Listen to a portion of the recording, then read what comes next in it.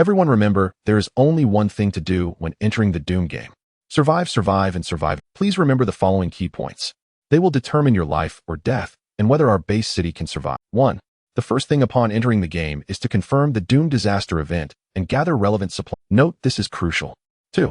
After entering the game, without self-defense capabilities, treat every person you meet with caution, whether scavenger, rebel, refugee, or survivor. 3. Collect valuables as much as possible. This will determine if you can buy your life when captured by. 4. Find and build your shelter early. A good shelter can help you survive the early stages of the game. This is the key to long-term survival. 5. Upon arrival in the Doom game, quickly determine your environment: city, grassland, wilderness, forest, or desert. Follow the training manual for survival. 6. Upgrade conditions for shelters vary by region. Do not blindly imitate survivors from other areas. Follow the game guidelines. Outside a massive bronze structure, 1,000 people stood in a dark crowd listening to the repeated warnings from loudspeakers. After Tang Yu finished looting the entire Red Romance Club, he returned to the kitchen on the first floor.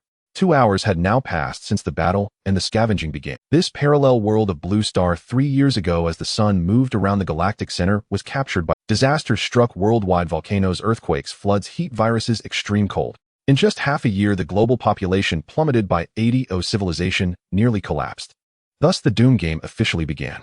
100 bronze structures descended upon Blue Star, and humans built city bases around them. Each city could select 50 to 1,000 people each month through the bronze structure to enter the Doom game for survival challenges. After the city confirmed the number, the bronze structure randomly selected survivors from the city's population to enter the game.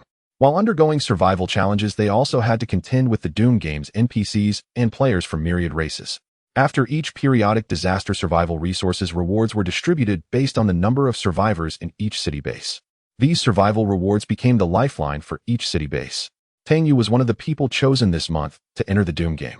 Following the crowd, he soon entered the Bronze Hall only to find a massive teleportation gate.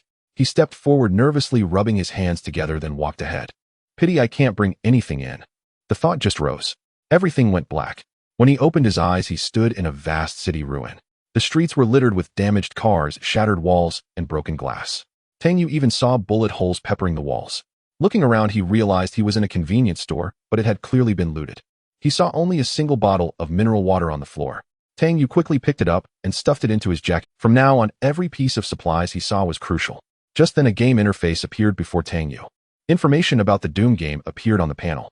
The most prominent line: disaster event in 7 days, polar blizzard, duration 3 days. A blizzard? That's troublesome.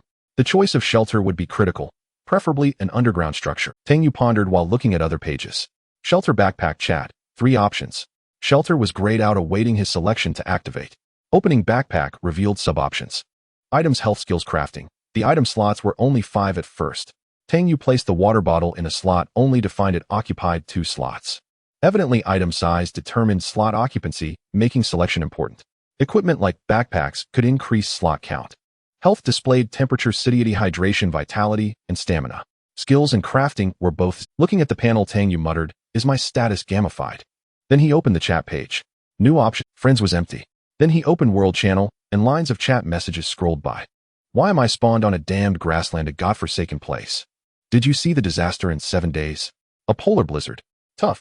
Someone help. I'm in the city, spotted by refugees. They are chasing me. Damn refugees. Everyone. Guess what I saw? Rebels at the coast military base. If only I could sneak in. What kind of world is this? Watching the World Channel, Tang Yu frowned. He noticed a small speaker icon beside World Channel with a number 1. When he focused on it, a message appeared: player can speak in World Channel 1 time per day. He could only post 1 message a day thus he needed to be very careful with that message. The region chat was similar. Everyone was discussing trivial matters. The only difference from the World Channel was the absence of a message. But Tang Yu soon noticed a small person icon in the top right of the region chat, followed by the number 1000. This must be the number of survivors in this area. Tang Yu tried tapping on one person's avatar. 3 options appeared: private chat, trade block. Clear and straightforward. After familiarizing himself with the interface, Tang Yu checked the time: 4 p.m. Dusk was not far off. Tang Yu's most urgent task was to secure a shelter. Just then, a new prompt appeared in his mind: Doom game detected. Super rich plugin test version ready. Bind. Tang Yu. Bind. As Tang Yu's voice fell, Doomsday game Super Monopoly Beta plugin bound successfully. Dice roll available once per day. Current rolls 1. No, current version is beta. After the survivor endures the first Doomsday catastrophe, it will upgrade to the official version. Then a dice the size of a fist appeared before Tang Yu along with a super Monopoly board. The board looked like a miniature version of a city with various blocks and events already generated. A tiny replica of Tang Yu stood at the starting point, which was named Convenience Store. Obviously, just like in Super Monopoly, rolling the dice would move him forward according to the number and grant corresponding rewards. With a thought from Tang Yu, the dice in the void began to tumble, and then a number appeared before him. He saw the miniature Tang Yu on the Monopoly board leap forward 3 squares as the number appeared, landing before a station icon. Tang Yu then noticed that just like in the game, the interface displayed a starting capital column, which now showed a value. So I have 500 points now. Tang Yu did not understand the significance of the station, but he knew this was an investment game, where purchasing usually brought returns. He decisively confirmed. By the station, a notification appeared. Simultaneously, an intricate 3D virtual map of the subway station materialized in Tang Yu's mind, revealing every room and the location of every item. Tang Yu was momentarily stunned, then a look of joy spread across his face. This is the station's supply information. Jackpot! An irrepressible ecstasy surged within him. In this apocalypse game, nothing was more precious than supplies. Now Tang Yu had complete knowledge of everything within the subway station. Acquiring the supplies there was as easy as reaching into his own pocket. The 3D architectural map of the station in his mind was updated in real time. He could even see a few moving green dots which he sensed were rats scurrying about the station. Does that mean? A thought involuntarily occurred to Tang Yu. From now on, any enemy that appeared in the station would have their every move monitored by him. It was the perfect perk for a stealthy player. Tang Yu immediately began studying the station's information, and an extremely concealed room caught his eye. This place would be the perfect hideout. It was secluded, spacious, and contained a few faintly glowing supplies. Tang Yu hesitated no more. He cautiously stepped out of the convenience store and headed towards the subway station. Fortunately, the subway station was not far from his spawn point at the convenience store, less than 200 meters away. After checking that the street was empty, he quickly jogged towards the subway entrance. Along the way, he heard faint gunshots and explosions. Soon he arrived at the entrance of the Garden Station subway, descended the corridor, and made his way towards the room he had sensed. The lights in the subway corridor flickered, and everywhere was chaos with signs of vandalism and destruction. Yet surprisingly, the marble floor was not particularly dusty or dirty. It was as if this city had been civilized just recently, but had now been utterly plunged into an apocalypse. After twisting and turning through the corridor, he finally arrived before a very concealed iron door. Confirming once more that there was no danger inside the room, Tang Yu opened the door and looked in. A set of concrete steps appeared, descending downwards. The space was narrow and cramped, illuminated only by a faint beam of light. Tang Yu went down, steadying himself against the wall. As he turned a corner, his hand found a switch which he pressed. The overhead light flickered on. Apparently, due to the city's rebel forces, the city's power supply was still functioning normally for now. The entire space suddenly opened up before him. This was clearly a monitoring room for the subway station. The room was L-shaped. It contained a simple single bed and a wall of monitors. Only one screen on the monitor wall was flickering with static, which was the source of the faint light he had seen earlier. Tang Yu summoned the game's hideout page. As expected, the hideout page was now illuminated. A prompt, confirm. With Tang Yu's confirmation, the game's transformation of the hideout began. The transformation progress bar filled up completely. A notification appeared and information about the hideout was displayed on Tang Yu's panel. The information was sparse.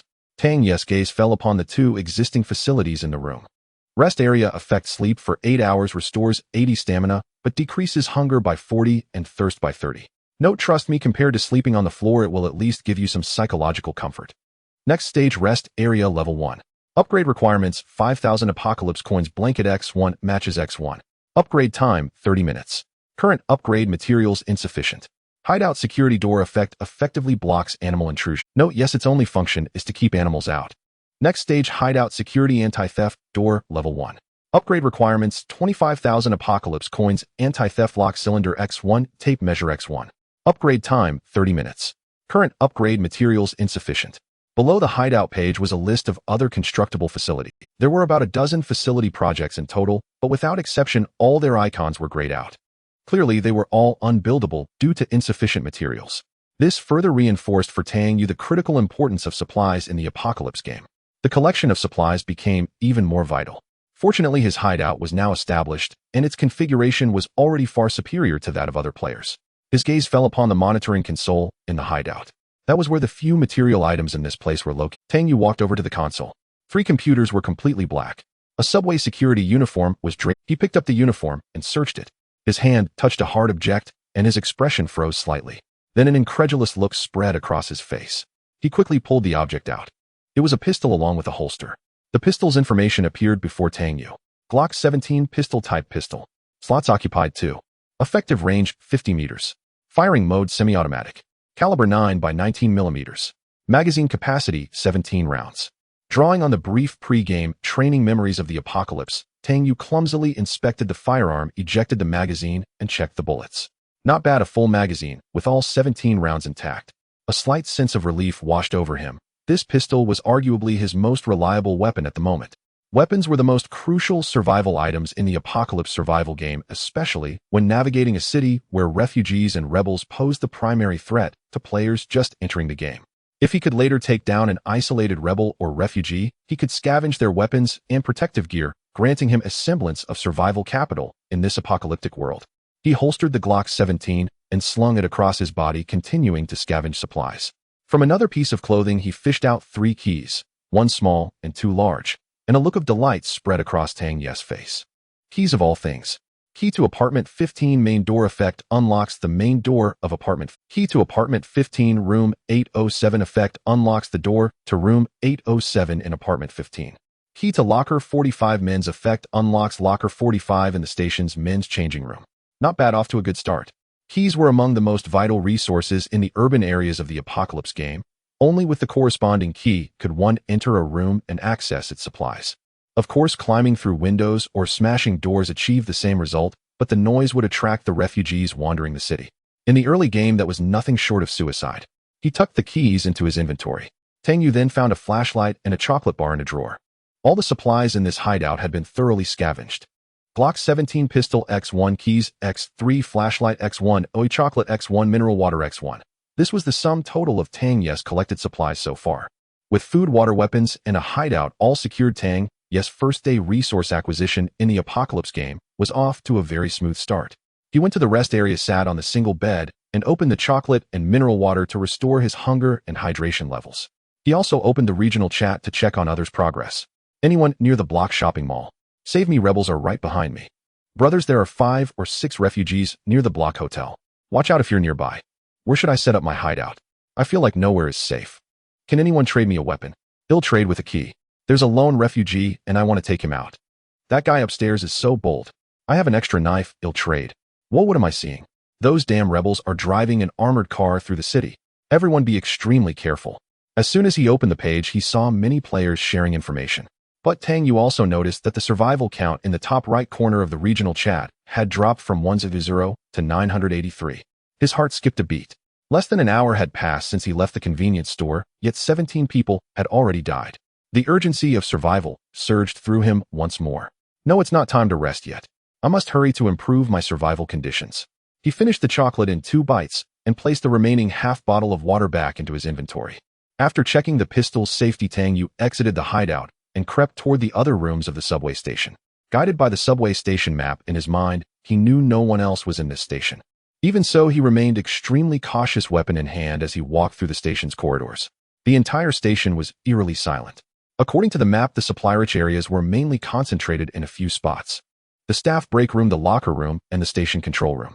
The remaining areas, like the mechanical and electrical equipment rooms and the communication equipment room, held no supplies. So Tang Yu headed straight for the staff changing room, which was actually an inner room of the staff break room. Reaching the break room, he gently pulled the door handle and let out a sigh of relief. Perhaps because it was a common room, the door was unlocked.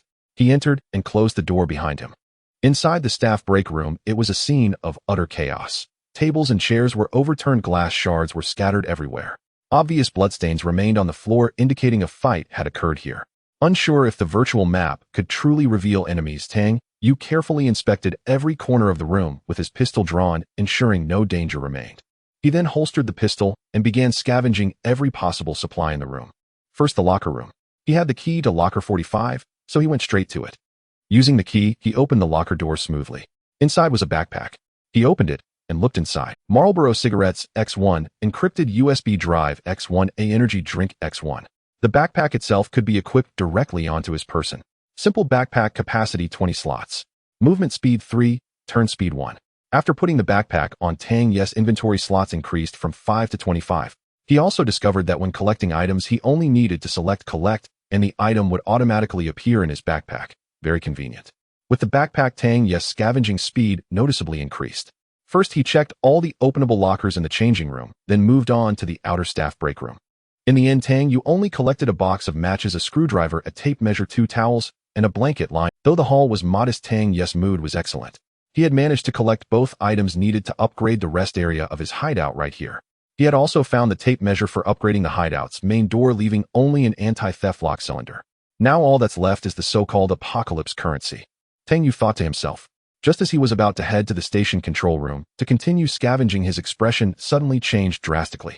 He quickly drew his pistol, released the safety chambered around, pressed his back against the wall by the break room door, and held his breath. On the virtual map, 2 red dots appeared at the subway station entrance, moving toward the station. A full 3 minutes passed before faint voices drifted in from outside the break room. Can't believe I killed a survivor today. Too bad, he was a broke nobody with nothing on him. True, but that black dog guy said Mask Face is planning some sacrifice ritual in a few days. Should have saved that survivor for the offering. Haha, what a waste. Otherwise, Mask Face would definitely reward us. Tang Yu listened intently to the conversation outside. When he heard sacrifice ritual, his heart stirred. These two were refugees, and very likely cultists of an evil god. Refugees formed the largest population in the Doomsday game, their composition exceedingly complex. Scavengers, criminals, thugs, and cultists of evil deities. Undoubtedly, the cultists were the rarest among the refugees, regularly performing human sacrifices to communicate with their so-called deities in order to gain power. Although the cultists were the fewest in number among the refugee groups, their fanaticism and aggression were the most intense, and some special cultists even possessed eerie abilities. Players discovered by cultists rarely survived. Thus, at this moment, Tang Yu's breath nearly stopped, though his heartbeat gradually quickened. Glancing at the Glock 17 pistol in his hand, Tang Yu made a bold decision: the greater the storm, the more valuable the catch. Cultists were indeed extremely dangerous, a veritable nightmare for newcomers. Yet if one was fortunate enough to kill them, the rewards were immense. According to the training materials from the base city before entering the game, killing cultists offered a chance to loot rare supplies and weapons, greatly aiding newcomers in surviving the first round of the apocalypse. Outside the door, the voices of the cultists drew nearer. Tang Yu's focus was entirely on the 3D map of the station in his mind. 2 red dots representing the cultists approached the staff rest room where Tang Yu was hiding. He had confirmed that no other enemies were in the station besides these 2. Footsteps echoed just outside the door. Tang Yu and the cultists were less than 2 meters apart, separated only by a wall. Alright, let's rest here for a bit. We still need to attend tonight's event. One cultist opened the door and stepped into the restroom. The moment he entered, he spotted a shadow in the corner.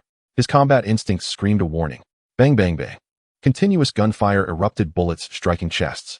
Tang Yu immediately noticed both were wearing bulletproof vests. His heart pounded.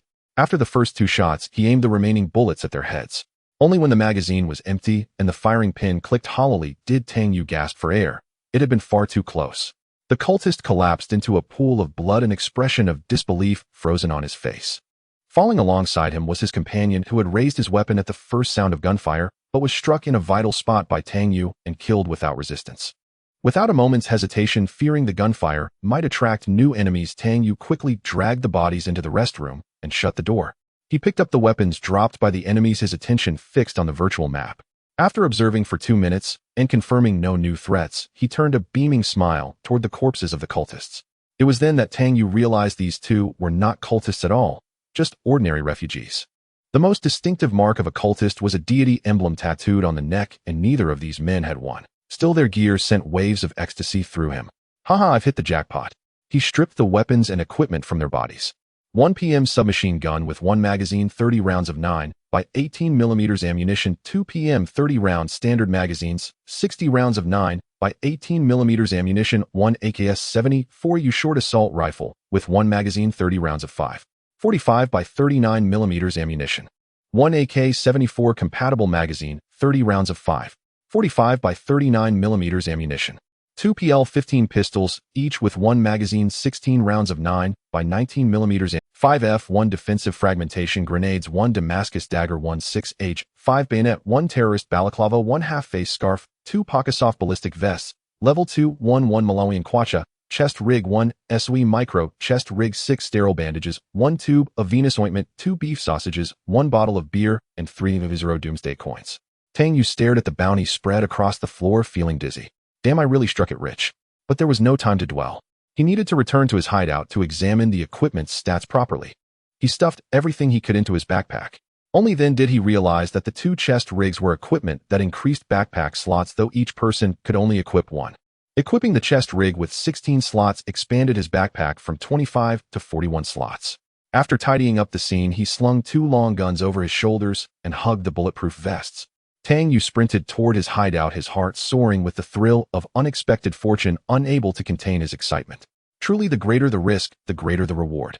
The ancients didn't deceive me. Soon he reached his hideout. After firmly locking the door, he collapsed to the floor, panting heavily. Carrying dozens of pounds of gear, long guns and bulletproof vests, at a dead run had exhausted him. Yet the smile on his face was unstoppable. This was his first real fortune. Half an hour later, Tang Yu had organized all his loot. His curiosity piqued by the Doomsday coins, he took out the 300 and examined them closely.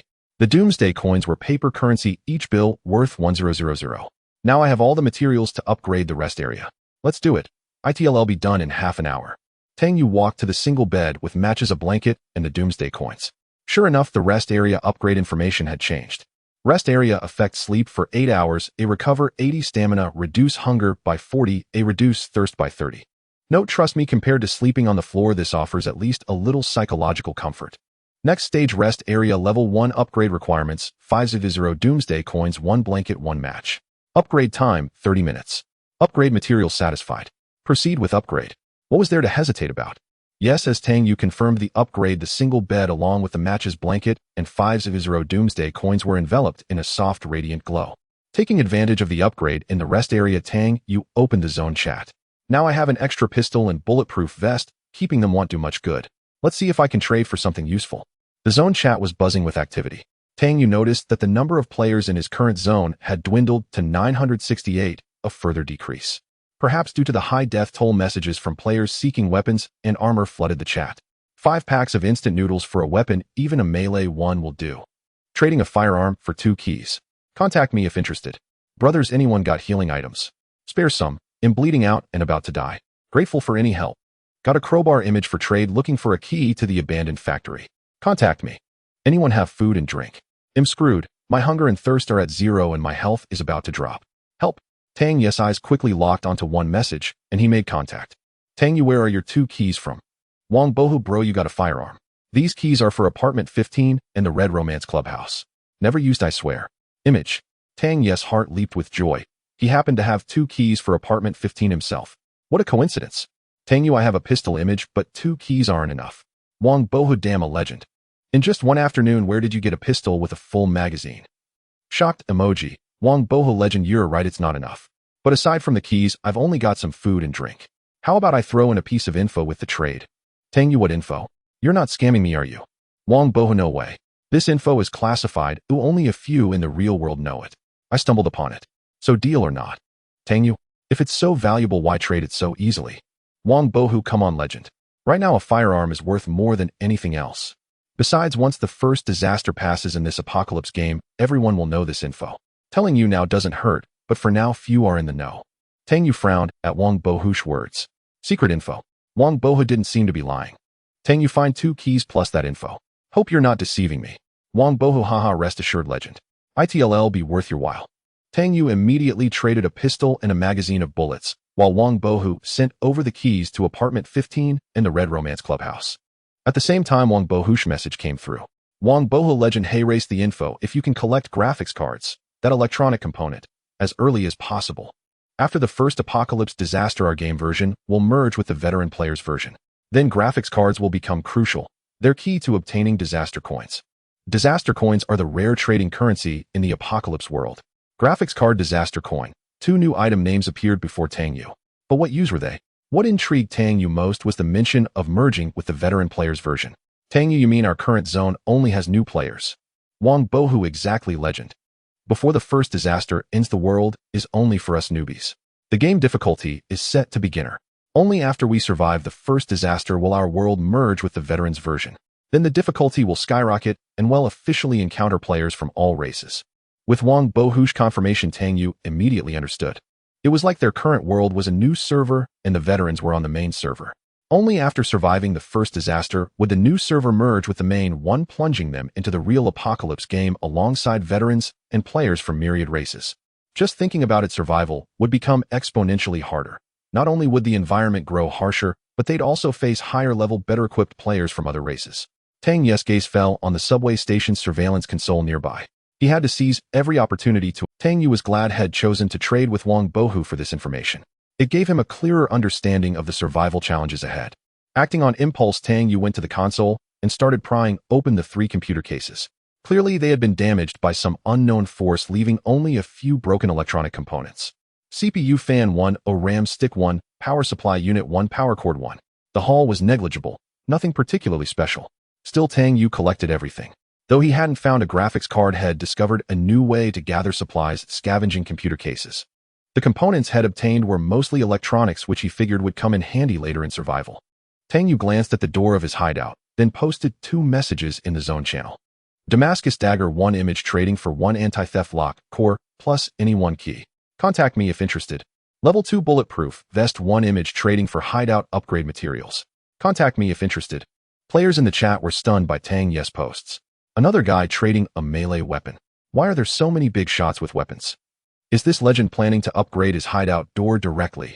Look closely, he's not just trading a melee weapon, he's also got a level 2 bulletproof vest. Did he kill a vagrant right after entering the game? A legend appears. Got any weapon farming tips? Share. The moment this was said, the zone chat exploded. Vagrants were practically invincible to players at this stage. Those who died in the afternoon had mostly been killed by vagrants, so the other survivors' shock was understandable. Legend, take me with you. Need a sidekick. Tang Yu legend, I don't have an anti-theft lock core.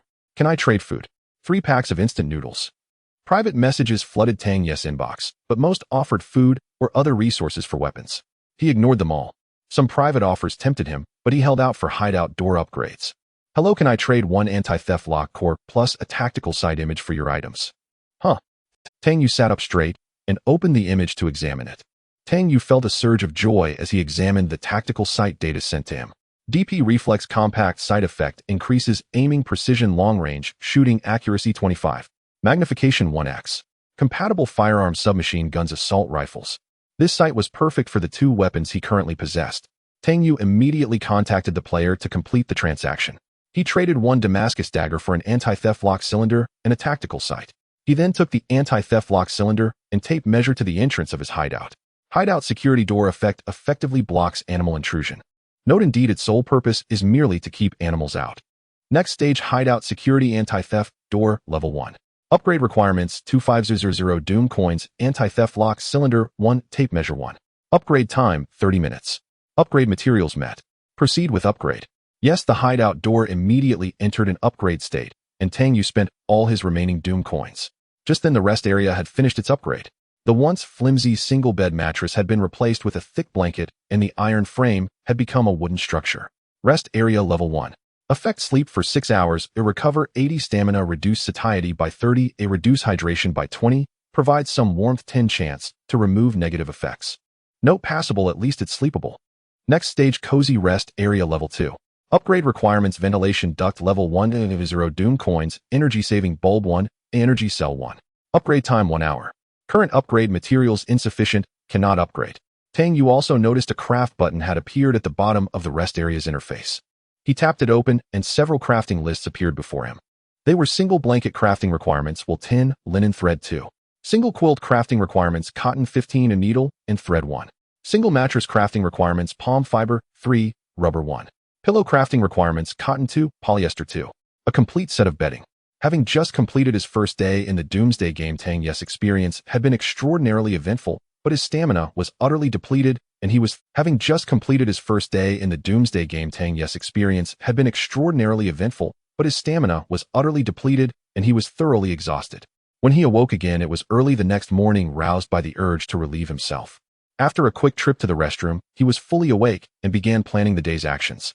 As the first step of his plan, Tang Yu opened his interface and looked at the Super Monopoly plugin. Sure enough, as Tang Yu focused his mind, the virtual map of Super Monopoly reappeared, and the dice roll count had reset to 1. Roll the dice. Tang Yu rubbed his hands together. Heaven bless me. Yes, as Tang Yu confirmed, the dice tumbled rapidly through the void before slowly coming to a stop, revealing the day's number. At exactly 4 o'clock on the virtual map, a miniature Tang Yu began to bounce. 1, 2, 3, 4. The position where the miniature Tang Yu stopped displayed a pattern of red lights on the virtual map. Would you like to spend 150 points to purchase the Red Romance Club? A mechanical prompt echoed in Tang Yu's ears. The Red Romance Club. Tang Yu's spirits lifted. That name sounded familiar. He then opened his backpack space and looked at the keys inside. He now had a total of 5 keys.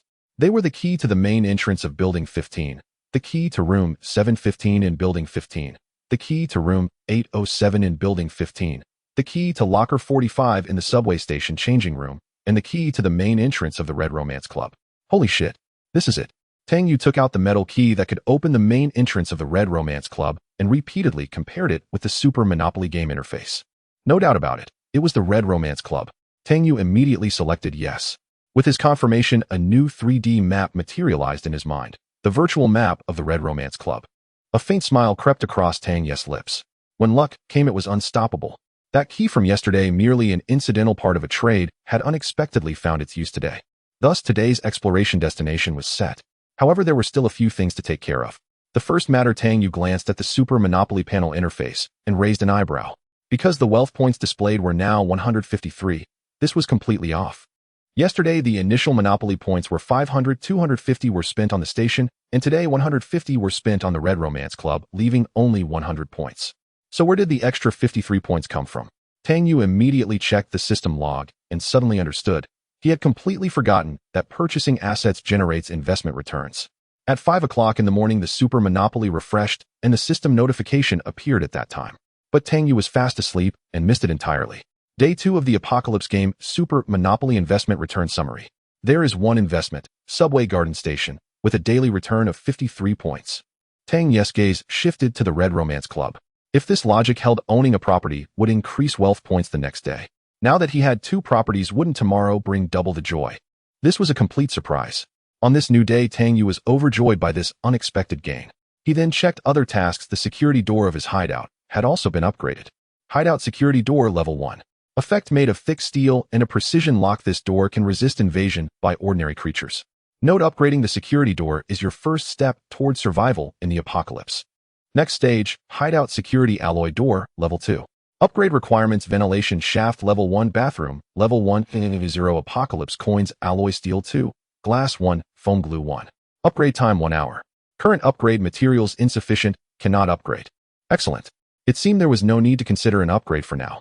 The successful upgrade of the security door allowed Tang Yu's tense nerves to relax slightly. A key to the hideout security door appeared in his backpack. The trade information he had posted last night for a level 2 bulletproof vest had prompted dozens of survivors to send their offers to Tang Yu. In the end, Tang Yu chose a survivor to complete the trade. The offered items were exactly what he needed: energy battery 2 and foam glue 1. All were materials he could use to upgrade his hideout. After handling matters at the hideout, Tang Yu ate and drank simply to replenish the energy lost from a night's rest. Then he geared up to head to the Red Romance Club for exploration and resource scavenging. His equipment was nothing short of luxurious. If any other player saw it, they would be utterly stunned.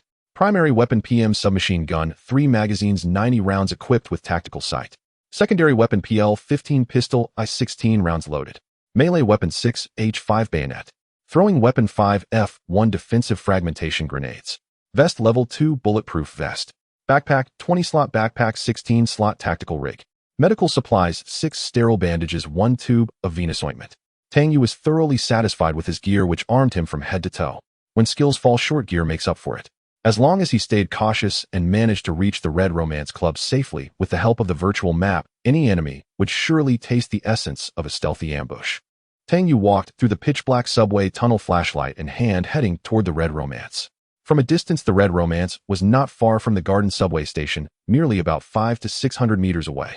However, considering the refugees and rebels on the surface, Tang Yu deemed it safest to travel via the subway tunnel to the area near the Red Romance. Due to the weight of his gear, it took Tang Yu a full 15 minutes to reach the Cape of Good Hope subway station near the Red Romance Club. This area was beyond the purchased subway station range, so the virtual map had become invalid. He turned off the flashlight and cautiously hid in the tunnel's shadows, waiting for a full 2 minutes. After confirming no suspicious sounds, Tang Yu climbed onto the subway platform and walked toward the station entrance. The subway station held little appeal for the refugees, so Tang Yu easily reached the entrance and spotted the Red Romance Club. It was located diagonally across the street, tucked within a side alley. Just as Tang Yu prepared to cross the road, a burst of gunfire erupted from a nearby building accompanied by 2 agonizing screams. Startled, Tang Yu quickly opened the regional chat panel. As expected, the survivor count had dropped by 2. Undoubtedly, some players had been discovered by the refugees. What troubled Tang Yu most was that the gunfire contained at least 3 distinct shots, meaning at least 3 enemies were present, a hellish difficulty for him. No, waiting here will only lead to death. I must find a way into the Red Romance to survive, Tang Yu thought to. He was now within arm's reach of the Red Romance. If he gave up, his strength growth would be severely hindered, and surviving the disaster 6 days later would become uncertain. Thus, to survive, he had to enter the Red Romance. Only there could he leverage the virtual map's advantage for maximum. Having made his decision, Tang Yu hesitated no longer. After confirming the street was empty, he swiftly dashed across the road toward the opposite side. No one sees me. No one sees me. Whoever shoots me is a dog, he muttered under his breath, the 30 to 40 meters stretching endlessly in his eyes. Finally, as he crossed the road and charged into the alley where the Red Romance stood, he panted heavily, his heart racing from the nerve-wracking sprint. But he had made it. The Red Romance was less than 20 meters away. Just as he relaxed, a series of gunshots rang out, da-da-da-da-da, and bullet holes appeared in the wall beside him. Damn it! He had been spotted. Tang Yu's eyes widened, but his reflexes were swift. He spun around and dashed toward the Red Romance, hearing the chaotic footsteps of pursuers around the corner. The refugees were closing in. Hurry, there's another survivor. Don't kill him this time. Let's have some fun. Good idea, maybe we can sell him to Goalian later. They're looking for live ones. Grab him, everyone, be careful. I think I saw he has a gun. Stay alert. Tang Yu listened to the shouts behind him as he reached the entrance of the Red Romance Club. The door was a grand, luxurious brass metal gate with a keyhole in plain sight. He quickly summoned his inventory and retrieved the Red Romance gate key he had prepared earlier. He inserted the key and turned it. The door swung open. Just as Tang Yu pulled the gate wide and stepped forward, the refugees appeared at the corner. Seeing the half-open metal gate, they opened fire immediately. Bullets clattered against the brass door with a cacophony of pings and pangs. Tang Yu hurried inside, slammed the door shut, and ran deeper into the club without looking back. Upon entering, he immediately accessed the virtual map of the Red Romance in his mind. As he ran, he checked the map to ensure no enemies were inside. He then hid in the farthest room on the first floor, cocked his rifle, and prepared for battle. His rapid breathing gradually steadied after a few deep breaths. He could now hear the refugees conversing. 2 gunshots rang out, and the brass gate was violently forced open. The refugees entered. 4 red dots appeared on the virtual map. The club was dimly lit with only the red neon strips overhead casting a hazy glow, making the already shadowy room even harder to discern. Listening to the refugees smashing objects, Tang Yu remained silent, waiting for an opportunity. He knew his weakness, his proficiency with firearms, was lacking, so he could only win through close-quarters ambushes. Engaging them in a firefight would be futile. The refugees, well aware of survivor tactics, split into 2 groups. Each pair advanced with mutual cover, showing that despite their earlier arrogance, they were cautious when facing up. As one group searched the first floor and the other headed upstairs, Tang Yu's eyes glimmered. The enemy had split up. This was an opportunity. Tang Yu was in the deepest room on the first floor, a private booth. The dim lighting concealed his figure perfectly. The 2 refugees searching the first floor had reached the corridor corner. After turning, the second room would be where Tang Yu was hiding. Watching their positions on the virtual map, Tang Yu carefully retrieved an oval object from his tactical F1 defensive grenade. Type, throwing weapon. Slot size 1. Explosion delay 3. 5 seconds. Blast radius 37 meters. Concussion radius 12 meters. Shrapnel count 90 F1 fragments. As is well known, grenades are classified into offensive and defensive types. Defensive grenades rely on shrapnel for lethality. Thus, their destructive power is immense. The sole purpose of a defensive grenade is to eliminate all enemies. In this corridor, it would inflict maximum damage on the refugees. Pulling the pin, Tang Yu silently counted 1 second, then flung the door open and tossed the grenade at the feet of the 2 refugees who had just turned the corner. He slammed the door shut and thought, fire in the hole. The moment the door closed, a violent explosion erupted. Boom. 2 refugees searching the first floor one after the other had just turned a corner in the corridor when they saw a round object rolling to their feet. They froze for a moment, then muscle memory honed by long-term urban combat drove them to dive to the side. Grenade. But it was too late. Their diving motion was useless against the grenade so close. While they were still in the air, the F1 grenade exploded, dozens of shrapnel shredding their bodies. The immense blast hurled them away. When they landed, they were nothing but mangled limbs and torsos, dead beyond. The violent explosion also made Tang Yu, hiding in the room, tremble with fear. The room's wall cracked open, revealing plasterboard inside. The junction with the adjacent room was blown into a breach, and the shockwave knocked him to the ground. Dust and debris rained down on Tang Yu, covering him in grime. Cough. Cough. He struggled to his feet, spitting out dirt. He shook his dazed head, ears still ringing. Damn it, shoddy construction almost got me killed too. But once up, his expression tightened. Ignoring everything else, he quickly dashed toward the other end of the corridor. On the virtual map, he saw the other two refugees who had been on the third floor racing downstairs after hearing. Passing the corner, Tang Yu saw the two bodies lying in pools of blood. Though he coveted their loot, he had no time to collect it now. The first floor corridor of the Red Romance was shaped. One branch led to the room where Tang Yu had hidden, the other led to the club's kitchen. Tang Yu reached the kitchen and closed the fire door. By then, the other two refugees had arrived on the first floor. Rat-a-tat-tat. Bursts of 3-round gunfire echoed. The sudden explosion had made the remaining two refugees wary. They called out their companions' names, but hearing no response, they realized they might be dealing with a seasoned hunter, not an ordinary survivor. Reaching the corner, they saw their dead comrades, but only glanced at them, showing little concern. In the world of refugees, death was ever present. One quickly checked the nearby rooms, found nothing suspicious, and their gazes turned toward the kitchen at the other end of the corridor. They exchanged a look, raised their guns, and cautiously approached the kitchen's fire door. They moved with precision, hugging the wall, because the fire door had 2 round glass windows. Their guns aimed at anyone peeking through would be shot instantly, but they reached the door without incident. After confirming no one was at the door, they made coordinated hand signals. One kicked the fire door open, and both tossed a grenade to either side. Boom, boom. 2 explosions rang out. The refugees rushed into the kitchen, firing at every possible hiding spot. But after checking every corner, they found no one. Just as they thought the survivor wasn't there, a dull thud sounded. Their eyes turned to the source, the kitchen's cold store. They exchanged a smirk. This survivor was amusing, hiding in the freezer. A cold grin spread across their face. They crept to the cold storage door. One nodded, holding 2 grenades with a smile. The other grabbed the handle. Once the door opened, the other would toss the grenades inside, blowing the survivor to bits. They already imagined. They didn't notice that 7 or 8 meters behind them, a freezer door against the wall had silently opened, and a dark gun muzzle was aimed at their backs. Just as the cold storage door swung open and the grenades left their hands, the PM submachine gun spat out furious flames. Rat-a-tat-tat. With a rate of 600,750 rounds per minute, a 30-round magazine was emptied in just 3 seconds. The 2 refugees were riddled like sieves and collapsed to the ground, expressions of disbelief frozen on their. Boom, boom. Then 2 muffled explosions came from the cold storage. The freezer door opened. Tang Yu squeezed out of the freezer, reloaded, and fired 2 finishing shots into each of their heads before letting out a long sigh of relief. The entire Red Romance was now clear of enemies, but the explosions and gunfire might attract nearby refugees or rebels. Tang Yu had to loot quickly and leave. He stripped the gear from both bodies, stashing grenades and other items into his backpack space. He hid larger equipment like guns and vests in a refrigerator. After doing the same for the 2 bodies at the corridor corner, half an hour had passed. During that half hour, Tang Yu kept checking the virtual map for new enemies, but none appeared until he finished collecting all 4 sets of gear. Relieved, he nonetheless remained vigilant. He had ambushed the refugees. Other players might try the same on him. After all, at least 3 players had obtained firearms earlier that morning. In the struggle for resources, it was every man for himself. Then excitement lit up Tang Yu's face. He had only just arrived and already scored gear from 4 refugees. The hall was enormous. Since the first floor rooms were mostly destroyed, he headed straight to the second floor. The Red Romance Club had 3 stories. Before the apocalypse, it had clearly been a discreet pleasure spot frequented by the wealthy.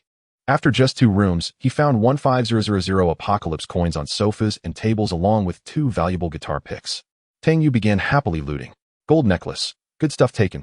Plush doll, a valuable taken. Ibuprofen tablets, medical supplies taken. Energy-saving bulb, rest area upgrade material taken. He went room by room, leaving nothing behind, like a locust swarm. Just as he exited the last room on the second floor, he caught a faint, almost imperceptible footstep. The sound came from outside downstairs. Tang Yu's nerves instantly tensed. Rustling, rustling. The faint footsteps echoed once more, and Tang Yu was now utterly certain. Someone was stealthily walking downstairs outside the window, as if aware that he was on the second floor. Every step was taken with extreme caution. Had Tang Yu not been right by the second floor window, he wouldn't have. Tang Yu fell into complete silence. The figure outside the window exuded an eerie aura. It felt as though the 2 were locked in a tense game of wits. As time slipped by, Tang Yu finally spotted a light point, dark red verging on black, at the entrance of Hong Lang Man in his mental map. His eyes widened in disbelief. What is that thing coming? It was the first time he had seen such a color. A red light point meant an enemy. So what did this dark red one signify? Boundless hostility. There was no answer. All Tang Yu knew was that the mysterious figure had reached the corner on the second floor. His gun barrel was locked onto that corner. The moment the enemy showed himself, a hail of bullets would greet him. But just as he was about to step out, the second floor of Honglang Man fell into silence. What's going on? Does he know I'm aiming at him? Tang Yu wondered inwardly. No answer came. This couldn't go on. Tang Yu nudged a grenade on the floor with his right foot. The pin rattled, creating the illusion that he was about to pick up and throw the grenade. The instant the grenade clinked, the hidden figure burst into action. With a tactical roll and prone maneuver, he raised his gun and aimed at Tang Yu's position. Rat-a-tat-a-tat-a-tat. A storm of bullets pounded the floor, leaving craters of varying depths. Amidst the chaos came the dull thud of bullets piercing flesh. Soon the magazine was empty. Tang Yu stood up, a smirk curling at the corner of his mouth. He reattached the grenade to his gear. I knew you'd wait for me to prime the grenade before opening fire. He approached the figure, now riddled like a sieve. Switching on a flashlight, Tang Yu's gaze sharpened as he tugged down the collar of the mysterious figure.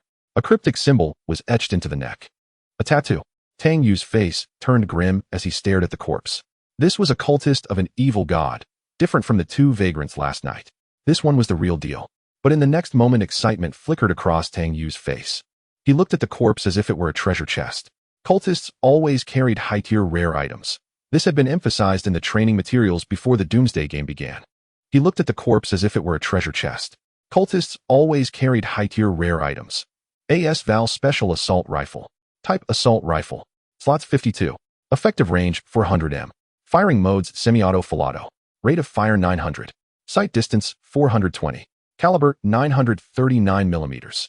Magazine 30 round VSS mag. 2 spare magazines, 90 rounds of level 3 AP ammo. Level 3 AP ammo.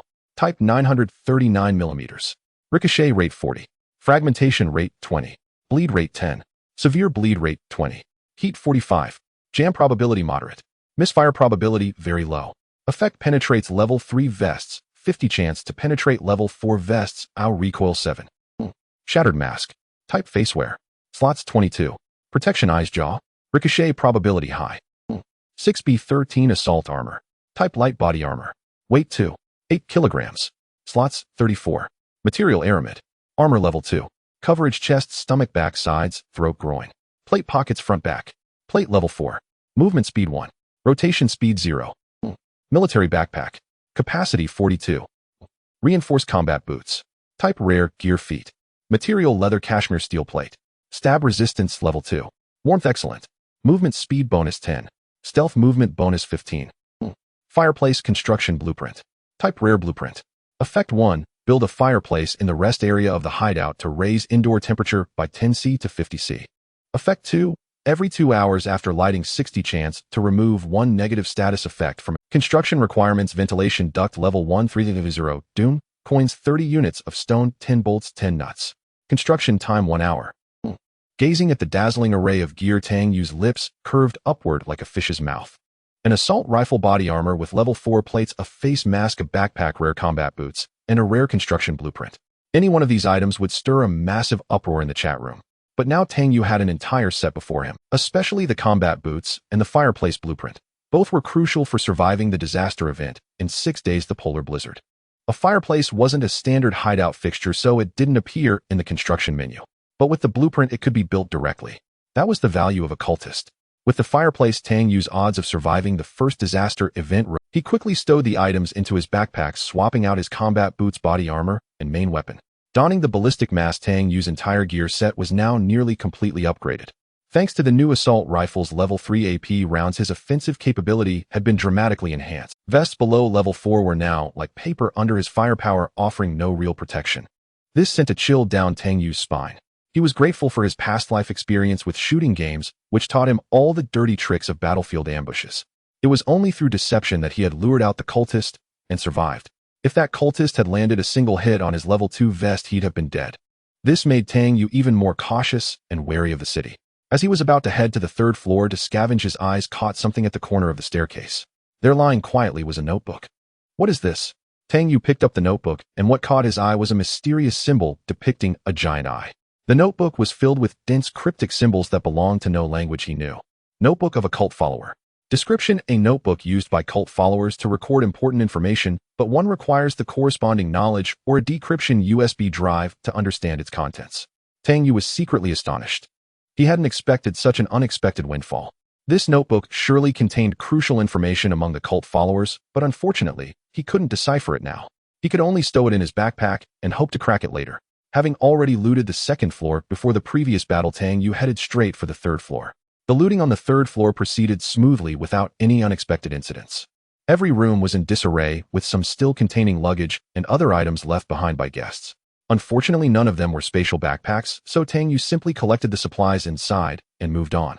However, when he reached the last room, Tang Yu discovered two interesting little items. Commemorative gold coin.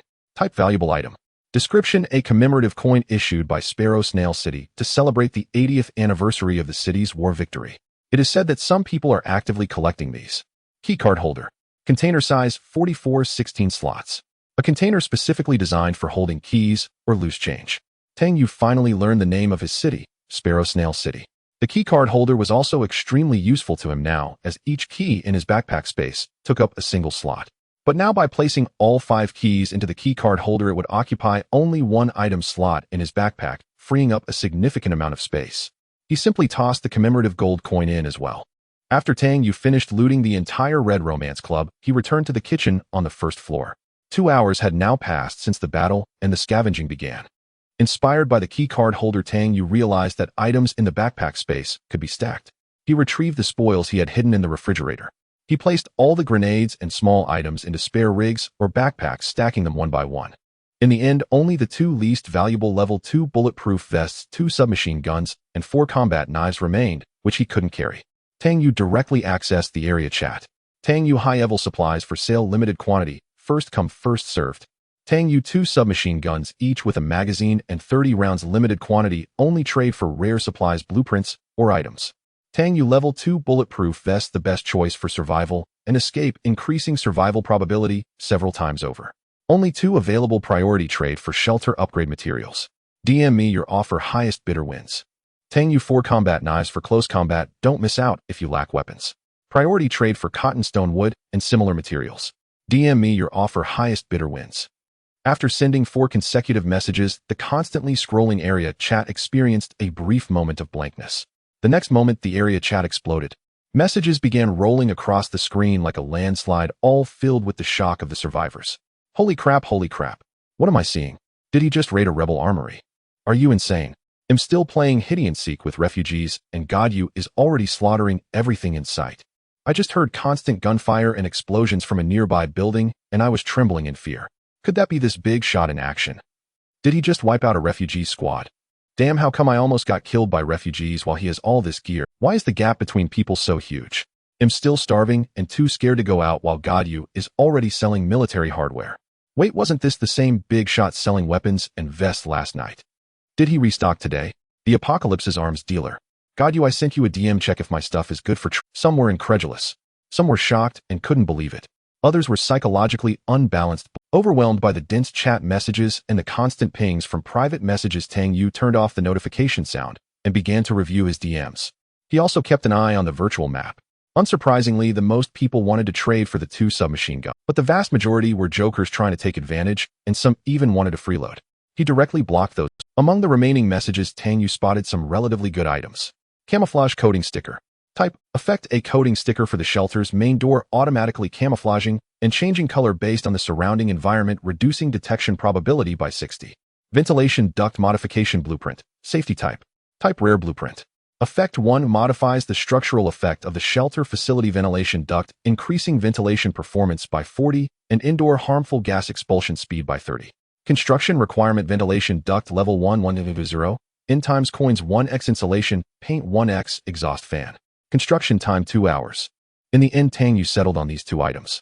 The benefits of the camouflage coating were self-evident, greatly increasing the concealment of his shelter. After all, the subway station location occasionally saw refugees wandering in.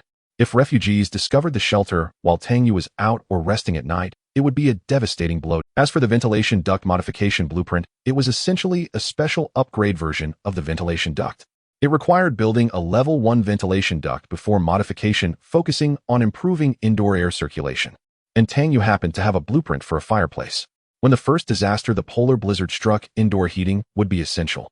With this blueprint, carbon monoxide poisoning could be largely avoided. Tang Yu couldn't help but marvel that there were still many capable people among the survivors. Although there were many ways to obtain rare supplies, managing to get their hands on them by the second day earned them a measure of respect from him. He contacted the two people directly and quickly completed the trades. Notably, one of the trading partners was Wang Bohu, the same person who had traded him the pistol yesterday. Wang Bohu was astonished at Tang Yu's speed in acquiring gear, while Tang Yu began to pay close attention to. It seems Wang Bohu is also capable. It's only the second day, and while most people are still struggling to survive, he's continuously obtained rare resources and traded for a pistol and a submachine gun. Maybe I should maintain long-term contact with him. The trade was complete. Tang Yu continued to look at the trade information for the other pieces of equipment. However, he quickly noticed a problem. Tang Yu noticed that the survivors who sent him trade messages were mostly offering construction materials, electronic components, food, and water. Yet the items he urgently needed, stone, timber, and cotton, were nowhere to be found, causing Tang Yu to furrow his brow. Could it be that these resources did not drop in the city? Then he suddenly recalled the content from the training manual and understood. These resources were indeed not produced in urban areas. Stone was mostly found in deserts or mountainous regions, timber in forests, and cotton in plains. Each region had its own specialty items. Urban areas primarily yielded resources commonly used in cities, with food and water being somewhat easier to obtain, giving urban survivors a slight edge in basic survival. However, the corresponding risk was higher. Urban areas faced greater threats from roaming bandits and rebel attacks, leading to higher mortality rates. With this in mind, Tang Yu opened the world channel, which he had not visited in a long time. The chat there was far sparser than the regional channel, with only a few scattered conversations. He quickly composed his message and sent it out. City Tang Yu 4 combat knives for close quarters combat, the best choice for self-defense and hunting. Brothers without weapons don't miss out. Trade for cotton, stone, timber, wool, and other resources. Limited stock. PM me your offers, and the highest bidder wins. This message immediately caught the attention of numerous survivors, and the frequency of posts in the world channel visibly increased. With roughly 1,000 survivors entering this Doomsday game, even accounting for casualties, the number still exceeded 9,000. Thus, Tang Yu witnessed an even more frenzied barrage of messages than in the regional chat. Mountain Lu Tao, great. There's a wolf lurking outside my hideout. Now I'm saved. Master trade request sent. Grassland Majing Tao, awesome. For weapons right off the bat, all combat knives. Impressive. Forest Zhang Wenwen, big bro, can I borrow your weapon for a bit? I'll return it soon, I swear. West Coast Zhang Dong, master, can I trade seafood for your weapons? His private messages kept piling up, quickly reaching 999.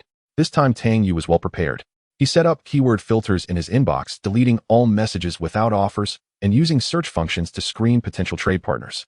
He focused on cotton, stone, and timber, the resources he needed most. The next disaster would be a polar. Cotton and timber were priced higher than stone, so their trade quantities were limited. But Tang Yu was in no rush. He carefully selected his deals. After all, no matter how expensive cotton and timber were, many possessed them. But at this stage, anyone offering weapons was a rare find, a seller's market. The urgency lay with the other survivors. Indeed, the offers grew higher and higher. Ultimately, Tang Yu traded the 4 combat knives for 30 units of cotton, 80 units of timber, 150 units of stone, and 20 units of wool. However, since he was still outside and his backpack was full, he did not withdraw the traded resources after completing the transactions. Instead, he stored them in his mailbox. He would retrieve them once he returned to his hideout. The 2 level 2 bulletproof vests were handled similarly. He selected the 2 highest bidders and completed the trades. With that, his exploration of the Red Romance Club was complete.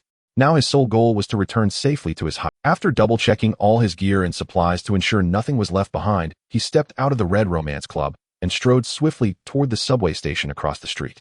The journey went smoothly with no unexpected enemies. But burdened by the heavy loot, what would normally have been a 10-minute walk took him about an hour, with frequent stops along the way before he finally reached his hideout. After a brief rest, Tang Yu began organizing his spoils. The haul from the Red Romance Club was remarkable. 110000 Doomsday coins. Valuables: 2 guitar picks, 2 plush dolls, 1 gold necklace, 1 golden rooster statue, 1 golden egg, 1 commemorative gold coin. Medical items. Electronic components. The spoils from killing the 4 bandits and cultists that he brought back to the hideout. 2 PP-9 micro submachine guns, 4 magazines, 2 MP-443 pistols, 2 magazines, 120 rounds of 9 by 19mm submachine gun ammunition, 56 rounds of 9 by 19mm pistol ammunition, M67 grenades. Of course, the greatest gains from this trip were the rare grade combat boots, weapons, and level 4 bulletproof vest he had equipped himself with. This included 2 rare grade blueprints and the camouflage coating sticker. Staring at the loot piled all over the floor, Tang Yu felt a headache coming on and opened the hideout facility construction interface. He looked at the construction requirements for the warehouse. He had thought it unnecessary before when he had few items, but now it was a must. Warehouse Level 1.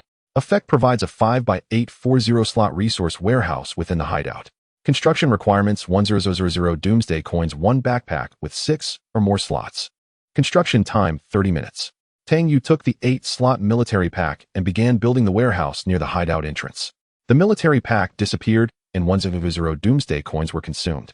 Construction commenced. Tang Yu took out the camouflage coating sticker and went outside the hideout, applying it to the security door. The item in his hand vanished. The hideout security door seemed to be covered in a layer of silk, revealing a smooth, lustrous texture. Then before his eyes, it gradually merged with the surrounding wall. The original door had transformed into a flat, seamless wall. Tang Yu was astonished. He circled around it, examining it from every angle, but could find no trace of anything suspicious. Wow, this is incredible. No wonder it's a rare item. Could it be some kind of black tech? After confirming the coating was flawless, he reached for the door handle he sensed in his mind. With a click, the security door opened, revealing the interior of the hideout. Tang Yu shook his head in amazement, uttering a single word, perfect. Once he re-entered and closed the door, it slowly vanished again, leaving only an empty wall. Half an hour later, the warehouse was completed. Tang Yu placed all the existing supplies inside, but he kept some of the spoils aside, intending to trade them once more. Now, aside from the equipment Tang Yu was wearing, there was a surplus of gear and supplies in the hideout. This included 3 submachine guns, 1 AK rifle, 4 8-slot tactical vests, 1 16-slot tactical vest, 3 level 2 bulletproof vests, and 4 pistols. Tang Yu couldn't use all this equipment alone. Leaving it idle would generate no value. So he decided to keep 1 submachine gun and the 16-slot vest, putting the rest up for trade. This way he could gather advanced supplies or rare blueprints from other survivors through trade, enhancing his own strength and hideout level to better face the coming disasters and challenges. On the other hand, it would also boost the combat capabilities of other survivors, enabling them to venture into more dangerous areas and retrieve resources. Once the stagnant water began to flow, Tang Yu could trade for even higher tier supplies in the future. However, he had already exhausted his daily message quota on the world channel, so he could only post in the regional chat channel. Tang Yu, 1 submachine gun with 1 magazine and 30 rounds, a tool to wealth. Trade only for rare supplies, blueprints, or equipment. Message me with your offer. No time wasters, direct blacklist. Tang Yu, 3 level 2 bulletproof vests, the ultimate life-saving gear. Trade only for bolts, nuts, alloy steel, DVD drives, toilet paper, waterproof, glue, soap, basins, etc. Message me with your offer. No time wasters. Tang Yu, 2 pistols, the best choice for self-defense, compact and lightweight with a full magazine of 16 rounds. Message me with your offer. No time wasters. Tang Yu, 2 8-slot tactical vests with 8 internal pockets, the perfect choice for looting supplies. Message me with your offer. No time wasters. Tang Yu set aside 1 submachine gun, 1 AK rifle, 2 pistols, and 2 8-slot vests for trading on the world channel the next day. After all, he had already traded equipment twice within the region over the past 2 days. Given the region's population of just over 900, releasing this batch would nearly saturate the market, as not everyone could acquire high-level supplies for trade. For the next 2 days, Tang Yu planned to focus his trading efforts on the world channel. When other survivors saw Tang Yu posting equipment trade offers in the channel 2 hours later, they were no longer shocked or incredulous. See, I told you God, you must have raided an armory. Here he is selling weapons again. How did I know it was God? Yes, trade post without looking. Oh, because only he trades weapons. Holy cow, these gears are as awesome as ever. God, you, I've sent a private message for the pistol price. Please favor me. I'm going crazy, absolutely crazy. How does this guy have so much gear while I'm getting my butt kicked by refugees? Upstairs, spill the details. Give us the juicy details. Meanwhile, Tang Yu was munching on beef sausages, sipping juice, and carefully checking his private message inbox. Tang Yu clearly noticed that after the previous 2 rounds of trading, high-level supplies in the current region were almost depleted, leaving mostly ordinary items. But he wasn't worried. His equipment was a hard currency, and it was a seller's market. Only now could he truly pick. Once other players improved their survival skills, in a couple of days more traders would appear and become savvier. Still, Tang Yu intended only to be the first to feast. Sure enough, not long after, Tang Yu's expression froze, then broke into a delighted smile. A bargain had arrived. It was a message offering to trade a pistol, but the supplies listed made Tang Yu's eyes light up. Graphics card description: a graphics card along with fans, GPUs, integrated circuits, and other random components is a good source of electronic parts. A graphics card. Tang Yu recalled the secret information he had gotten yesterday. Graphics cards would become extremely valuable supplies after the first Doomsday disaster, and were crucial for acquiring the rare in-game currency disaster coins. Haha, what a pleasant surprise. But the most astonishing part was yet to come. This survivor's offer included not only a graphics card, but also other items, among which two supplies, insulation coating and exhaust fan, sent Tang Yu into a frenzy. These two items were the building materials required for the rare blueprint ventilation duct modification blueprint, safety type. Damn, this isn't a trading partner. This is my savior. Without any hesitation, Tang Yu immediately contacted the survivor and completed the trade. When these items appeared in his hands, he was ecstatic. This was the joy of picking up bargains. These supplies were all items the survivor had scavenged in the city, useless without the corresponding blueprints.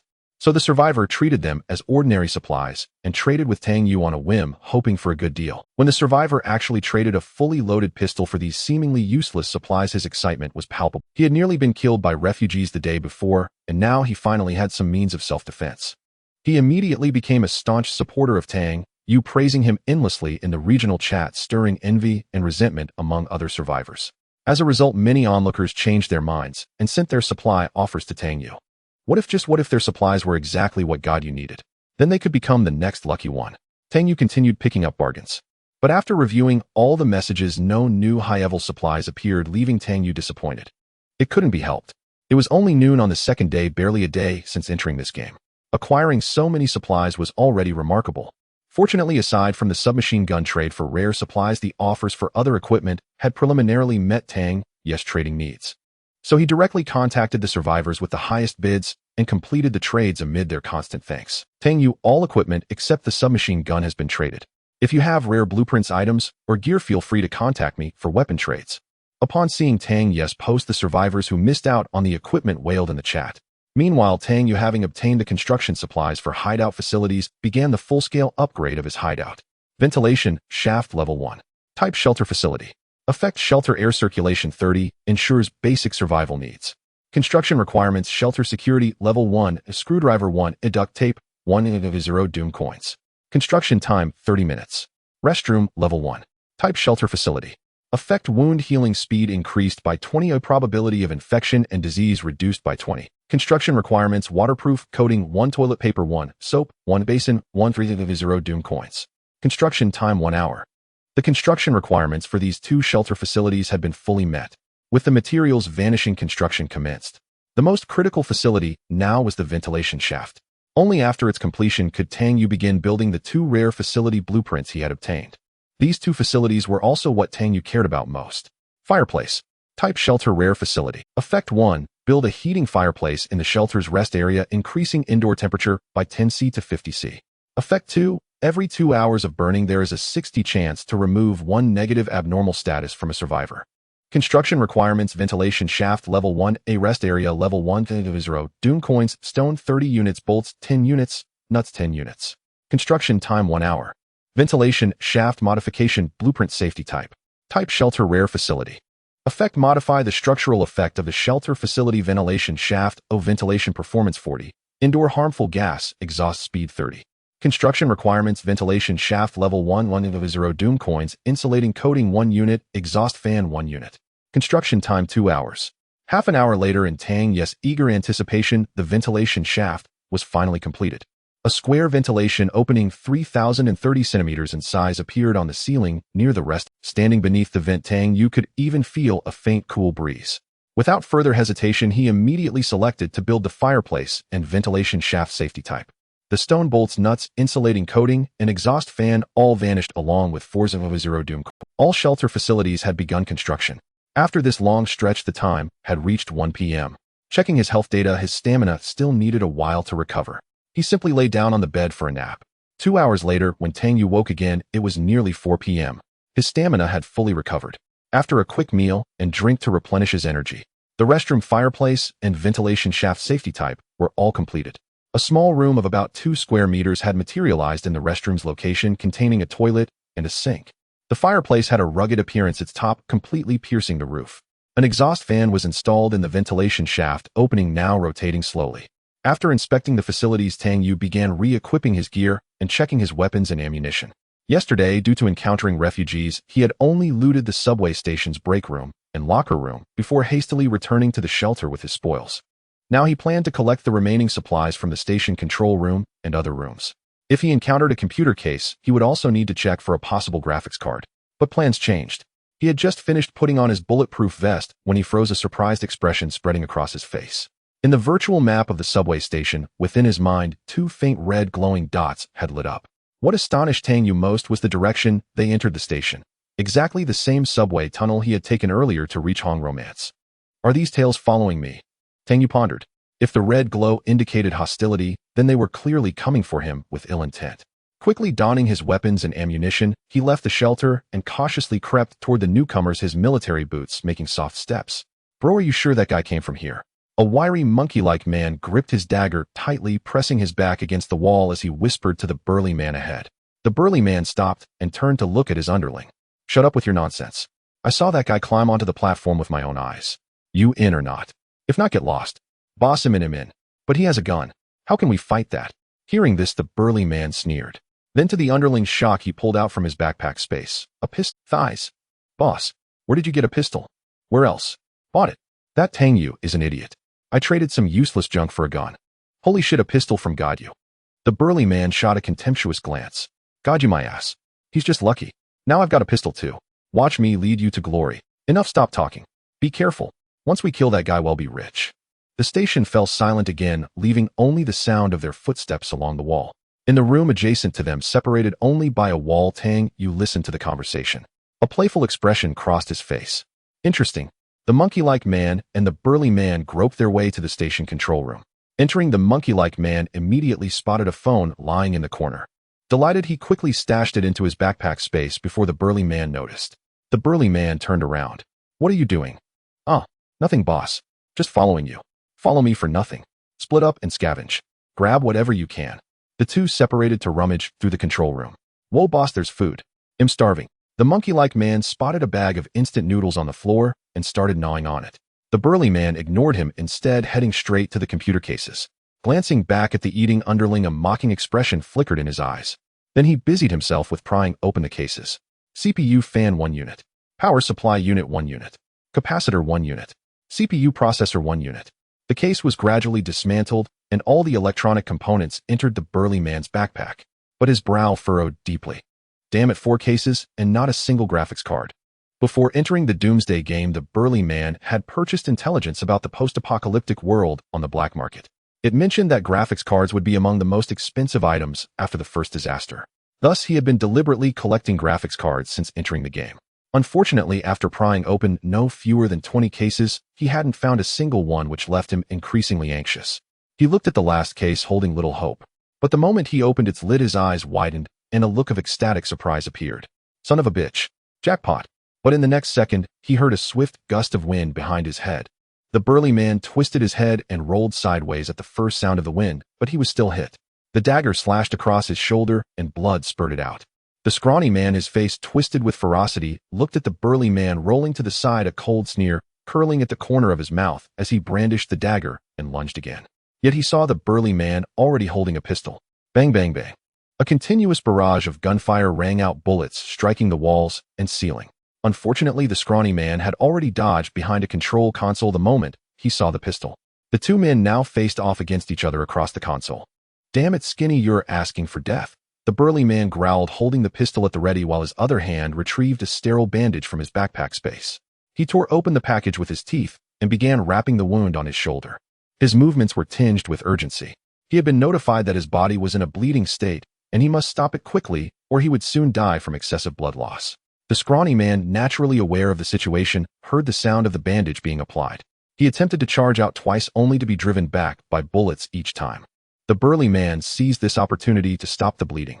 As his health slowly recovered, he focused all his attention on the scrawny man. Tang Yu hid outside the control room, listening to the gunfire inside and watching the positions of the two men on the virtual map. Indeed, in this apocalypse, the human heart is the most unfathomable thing. He was in no hurry.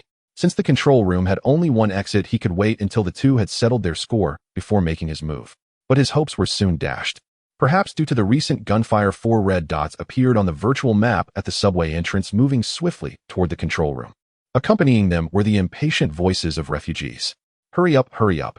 It must be survivors. This street is our search area today. There won't be anyone else. Listen to that gunfire. Looks like Lukov and the other guy were killed by survivors here yesterday. Useless trash. Keep them alive, remember. Gui Lian is in a hurry to get 10 survivors for a sacrifice and is offering a high price. Then as they neared the control room, the refugees fell completely silent, even creeping toward it. Tang Yu, hidden in the shadows of the subway tracks, watched it all. Inside the control room, the two men were still locked in a standoff and gunfire erupted again. It was this very sound that confirmed their location to the refugees, who had now split into two groups to surround the control room door. After exchanging glances, one of the refugees produced a thrown weapon and tossed it inside the moment his companion opened the door. A sharp, intense blast followed, and Tang Yu heard two agonized screams, then wails. Is that a stun grenade? Tang Yu wore an expression of disbelief. Who were these refugees, and why did they have stun grenades? After the screams, the refugees entered the control room and quickly subdued the two helpless survivors. At two of them should fetch a good price. One refugee chuckled. All right, let's move. The sooner we cash in, the sooner we relax. But just as they prepared to leave, a grenade rolled to their feet from the open door. Grenade. They scrambled for cover. Boom. The explosion sent dozens or even hundreds of shrapnel fragments flying, shattering all the glass in the control room. Damn it, there's another enemy. Watch for grenades. This guy is strong, shouted a refugee wearing a bandit mask. Hell, the two survivors are dead. My money. They'll kill him. The money's gone. Throw grenades. We need to find a way out. Two grenades were hurled by the refugees. One close, one far. The closer grenade was thrown at a tricky angle, landing right against the wall of the control room door. This way the explosion wouldn't affect the refugees inside, but anyone within 10 meters of the door would surely be caught in the blast. That was the refugee strategy. Tang Yu was now crouched behind a stone pillar in the subway hall 30 meters away, watching the scene. The massive pillar, a meter in diameter, completely concealed his body, leaving only the barrel of his AS-Val special assault rifle exposed. He wore a cracked mask, his gaze fixed through the sight on the control room door. The virtual map in his mind showed all four refugees hiding behind the walls, waiting for their chance. Boom, boom. After two consecutive grenade explosions, charge. Get out now, commanded the one in the bandit mask. The four refugees burst out of the control room, intending to seize the initiative while their enemy was avoiding the grenades. From behind the pillar, Tang Yu watched the refugees emerge, a cold smirk curling his lips. Pop, pop, pop, pop, pop, pop. A stream of bullets tore into the refugees, blooming into bloody flowers. The two in front fell to the ground, hit.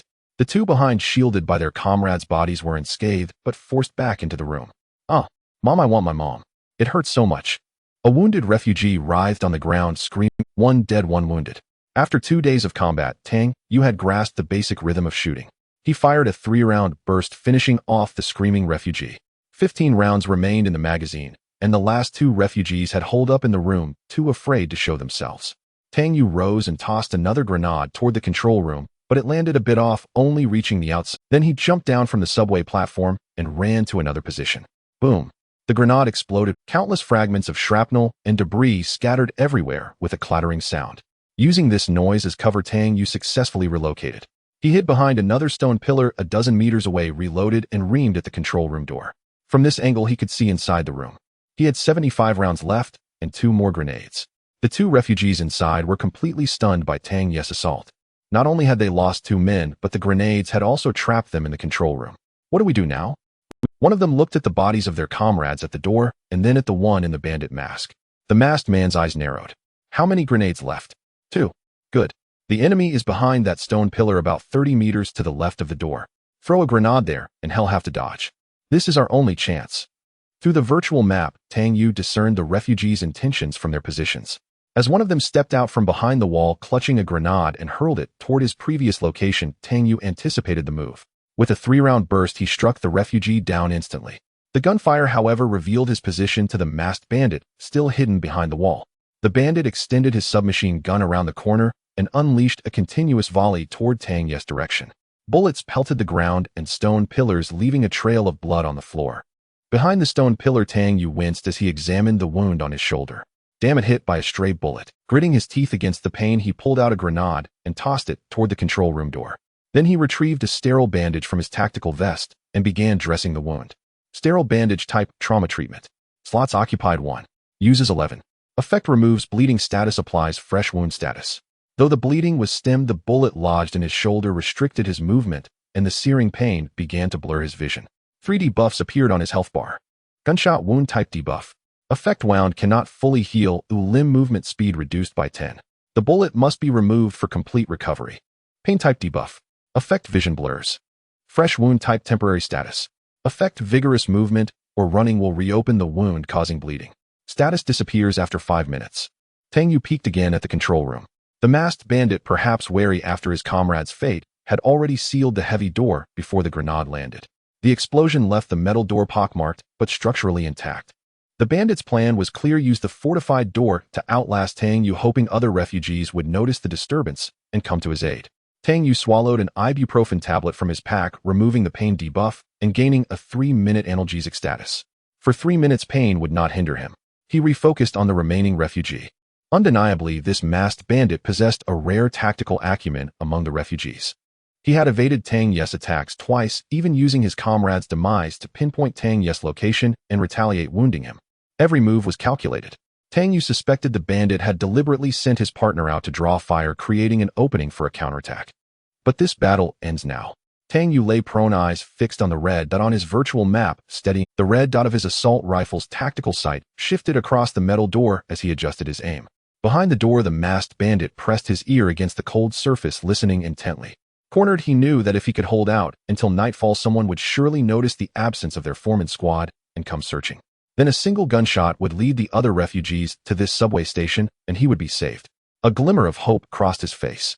But the next second, a 5-round burst pierced the metal door, blooming into crimson flowers on its inner surface. Feeling the cold bullets tear through his body, the masked bandit collapsed in disbelief. How is this possible?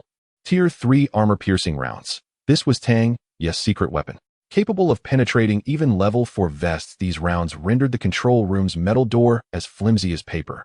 Only when the red dot on his map vanished did Tang Yu exhale a long, relieved breath. Congratulations, Survivor Tang Yu. You have slain 10 refugees and earned the achievement Refugee Bane Level 1. Survivor Tang Yu has obtained the common title Enemy of Refugees. Regional Legend 1. 2 consecutive notifications from the Doomsday game appeared on his panel. Achievement Refugee Bane Title Enemy of Refugees Regional Legend. 3 unfamiliar terms puzzled him. He began to examine them. Achievement Refugee Bane Level 1. Requirement: single-handedly slay 10 refugees. Affect quality of loot from refugees. Title Enemy of Refugees Level Common. Requirement: first survivor to earn the achievement Refugee Bane in the Doomsday game's novice version. Effect: 1 damage dealt to refugees increased by 5.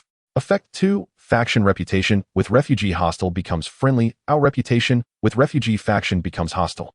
Regional Legend requirement: earn a special achievement or complete a special event within the region. Current Legend 1. Description: all factions in Sparrow Snail City have heard rumors of a figure who hunts refugees. Effect: none. Reading the panel, Tang Yu felt he had uncovered a deeper layer of the Doomsday game. At that moment, every survivor in Tang Yu's region received a notification. A survivor in the current region has obtained Regional Legend. The legend function is now unlocked for all survivors in Sparrow Snail City.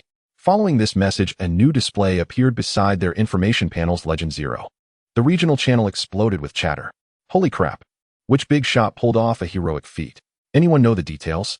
I'm dying of curiosity. Which god-level player got the legend? Can you tell us what it does? How do you get legend? There's no hint. My guess is it's God Yu. He's the only one strong enough. I think so too.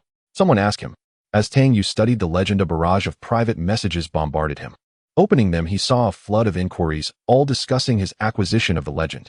Among them was Wang Bohu. Remembering that the man seemed to know many hidden secrets of the Doomsday game, Tang Yu opened his message. Wang Bohu, Master, was it you who obtained this legend? Tang Yu hesitated before denying it. He didn't fully understand the legend's purpose, but the game's special announcement suggested it was significant. He preferred to keep his information private. Tang Yu, not me. I'm curious who got it too. You're well informed. Do you know how to obtain it? Wang Bohu, not you. What a shame. If only you had it. As for how to get it, I don't know, only that it's extremely hard. Tang Yu, what do you mean? Is it important? Wang Bohu, I'm not sure exactly, but I've heard that after we survive the first wave of the apocalypse and merge with the old survivor world, it will bring some special benefits. Ending the conversation, Tang Yu looked at the single point of legend on his panel. After the world merge, huh? After 2 consecutive thrilling battles, even though Tang Yu had rested in his hiding place earlier, his spirit was still somewhat exhausted. However, this was not the time for him to relax.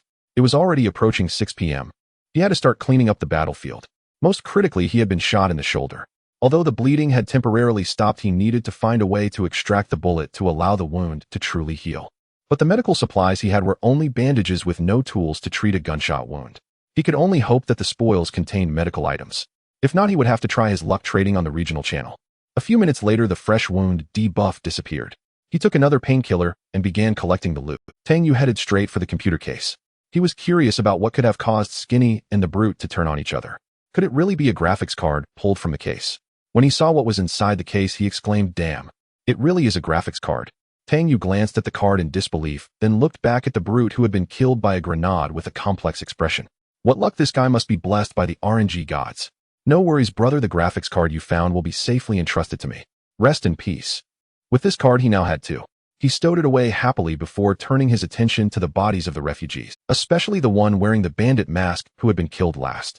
His equipment was clearly different from the other. 1 MP5 submachine gun, 3 magazines, 69 rounds of 9x19mm armor-piercing submachine ammunition, 1 PL-15 pistol, 2 magazines, 32 rounds, 1 Damascus knife, 1 level 3 bulletproof vest, 1 12-slot tactical rig, 1 grenade, 1 stun grenade, 1 small emergency surgery kit, 3 military bandages, 1 gold necklace. Tang Yu's eyes lit up when he saw the description of the surgery kit. Small emergency surgery kit, type trauma treatment. Description: a small surgical instrument kit that can treat gunshot wounds and other severe injuries. Slots 2. Uses 55. Effect: treats and removes 1 gunshot wound status, or no treatment with the emergency surgery kit, only removes the gunshot wound status. Other medical items are needed to continue healing the wound. Cannot treat head or chest wounds. He cut open the clothing around his shoulder with the scissors, disinfected the wound with the spray, then used the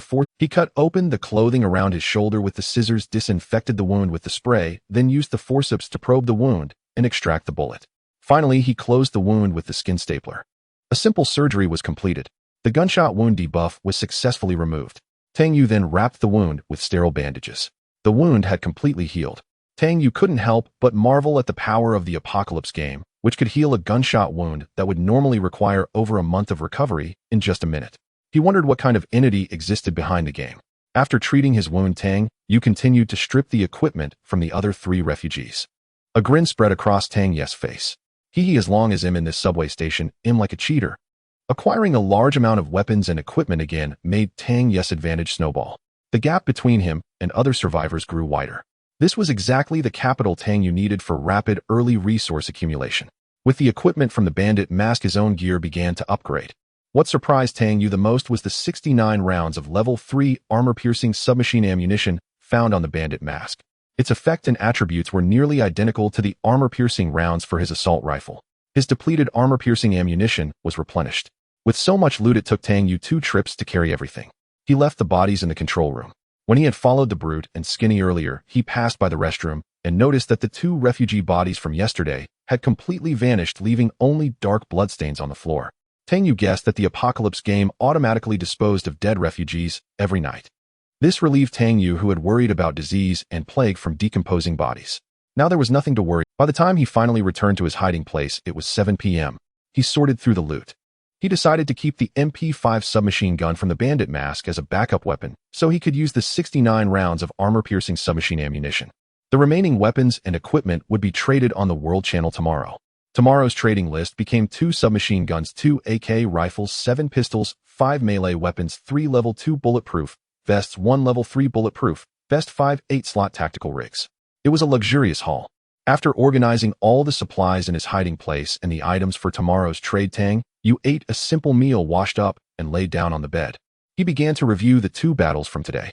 After being shot, Tang Yu felt he must become stronger as quickly. Although he had won both battles decisively, he knew that his success was entirely due to the virtual map, and it was like having a wall hack. It would be strange not to win. But what about encounters in other places? He had to rely on his own strength. With these thoughts, Tang Yu gradually fell asleep. Late that night, in a building in the city block occupied by a fat man with a pig-like face and a scar on his cheek listened to his subordinates report that 4 more men had gone missing. His expression turned furious. FK, who the hell is messing with me? Losing 10 men in 2 days had started to change the way his remaining refugees looked at him. Meat Dog, one of the few refugee camp leaders in Sparrowfall City, was certainly capable. But the loss of these 10 men had begun to threaten his position. At that moment, a figure silently appeared in the shadows of the room. Meat Dog, however, noticed nothing amiss and continued speculating about who was targeting him. It was only when he caught the terrified expression on his subordinate's face that he belatedly turned around. When he saw the dark silhouette in the shadows, a bead of sweat rolled down his temple. G-Ghostface. Sir, I heard you lost 10 men in the last 2 days. The black-clad man known as Ghost Face looked at Meat. Meat Dog gritted his teeth and said, "Lord Ghost Face, your news is indeed well informed. I did lose 10 men. I don't know who's working against me. They vanished without a trace. We're locked in a fierce struggle with the rebels for territory, and I have no idea where they were killed." Ghost Face cut in directly, "For people were killed this morning at the Red Romance Clubhouse. They should be your men." The Red Romance. Lord Ghost Face, how do you know? Watching Meat Dog's earnest inquiry after a 2-second silence, Ghost Face slowly spoke, "Because a follower of the god was also slain there." At these words, Meat Dog's eyes visibly widened, his pupils trembling. What? A follower of the god is dead too. This news struck Meat Dog harder than the loss of his own 10 men. As one of the few refugee leaders in the district, he knew far more about Ghost Face and the cult followers than the common refugees. Thus, he was well aware that all cult followers possessed some mysterious and unfathomable abilities. Ghost Face stared intently at Meat Dog's expression, and only when he saw Meat Dog's pupils dilate did he abandon the thought of killing him. It seemed the follower's death had nothing to do with Meat Dog. Nevertheless, Ghost Face grew even more curious about the one who could kill a cult follower. Although the dead follower had only just completed a sacrificial ritual and been promoted, he still possessed abilities. Faced with a follower's assassination, the refugees under Meat Dog's command would have virtually no resistance. "Meat Dog, I need you to use all your strength to help me find this blasphemer." "Understood, Lord Ghost Face." Receiving Meat Dog's reply, Ghost Face stepped back into the shadows under Meat Dog's gaze. The shadows rippled for a moment, and then there was no trace of Ghost Face left in the room. Meat Dog watched, his heart pounding with fear. Ghost Face's power has become even more terrifying. The next moment, he turned to look at his subordinate, who was already drenched in cold sweat. "Spread the word. Starting tomorrow, everyone will focus on patrolling the area near Garden Street and the Red Romance Clubhouse. We must root out that rat hiding in the shadows. Whoever finds him will be rewarded with 200 apocalypse coins." Tang Yu was unaware of the impending crisis. When he woke again, he felt completely refreshed and full of energy. It was the third day of the apocalypse, with 4 days left until the first wave of calamity struck. He could already feel the temperature inside his shelter beginning to drop. "The shelter's facilities need further upgrades, and I need to get warm clothing and food supplies. A single fireplace doesn't seem reliable enough against extreme weather like polar blizzards. Let's see if I can find something useful on the World Channel today." After replenishing his energy with food from the warehouse and a quick wash, Tang Yu opened the Super Monopoly panel. With the arrival of the new day, his wealth points had increased by 128. Adding that to the 153 points left from yesterday, his total wealth points in Monopoly had now reached 281. A smile of delight spread across Tang Yu's face. His guess was right. The more assets he purchased, the greater the returns. Seeing that the dice roll count had reached, he looked at the property 2 spaces ahead of the miniature Tang Yu figure on the Monopoly map. He cupped his hands over his mouth and blew a breath of air onto them, as if for luck. "Heaven bless me, spirits of earth and sky, let this morning's roll be a 2. Then he chose to roll. His gaze followed the tumbling dice. The moment they stopped, time itself seemed to freeze, revealing the number. What a pity. As the miniature Tang Yu began to bounce, it finally landed on a pattern marked with a question mark. What is this? The survivor has triggered a special event mission, Doomsday Knife Runner. Doomsday Knife Runner mission requirement before 240 today. The survivor must kill 3 enemies using only melee weapons: daggers, short swords, bayonets, machetes, axes, and the like. Mission reward: rare skill, covert action, rare equipment, night, cloak, hooded. Tang Yu. The moment he saw the mission requirements, his forehead was lined with black streaks. This had to be a joke. In the current situation, he was expected to kill enemies using only melee weapons, and 3 of them at that. This directly ruled out the cheating method of first using firearms to cripple enemies and then finishing them off. But seriously, what kind of twisted luck was this? If he actually encountered an enemy, he would be turned into a sieve before he could even reach them. The refugees lacked tactical discipline, but they weren't blind or stupid. Sigh. Looks like today's mission is a waste. He knew his own capabilities well. At his current level, he could only manage sneak attacks and cheap shots. If he really tried to fight Hedon, by this time next year the grass on his grave would be a foot tall. So he quickly adjusted his mindset. First, he would complete today's trades. Opening the World Channel, Tang Yu began editing his trade message.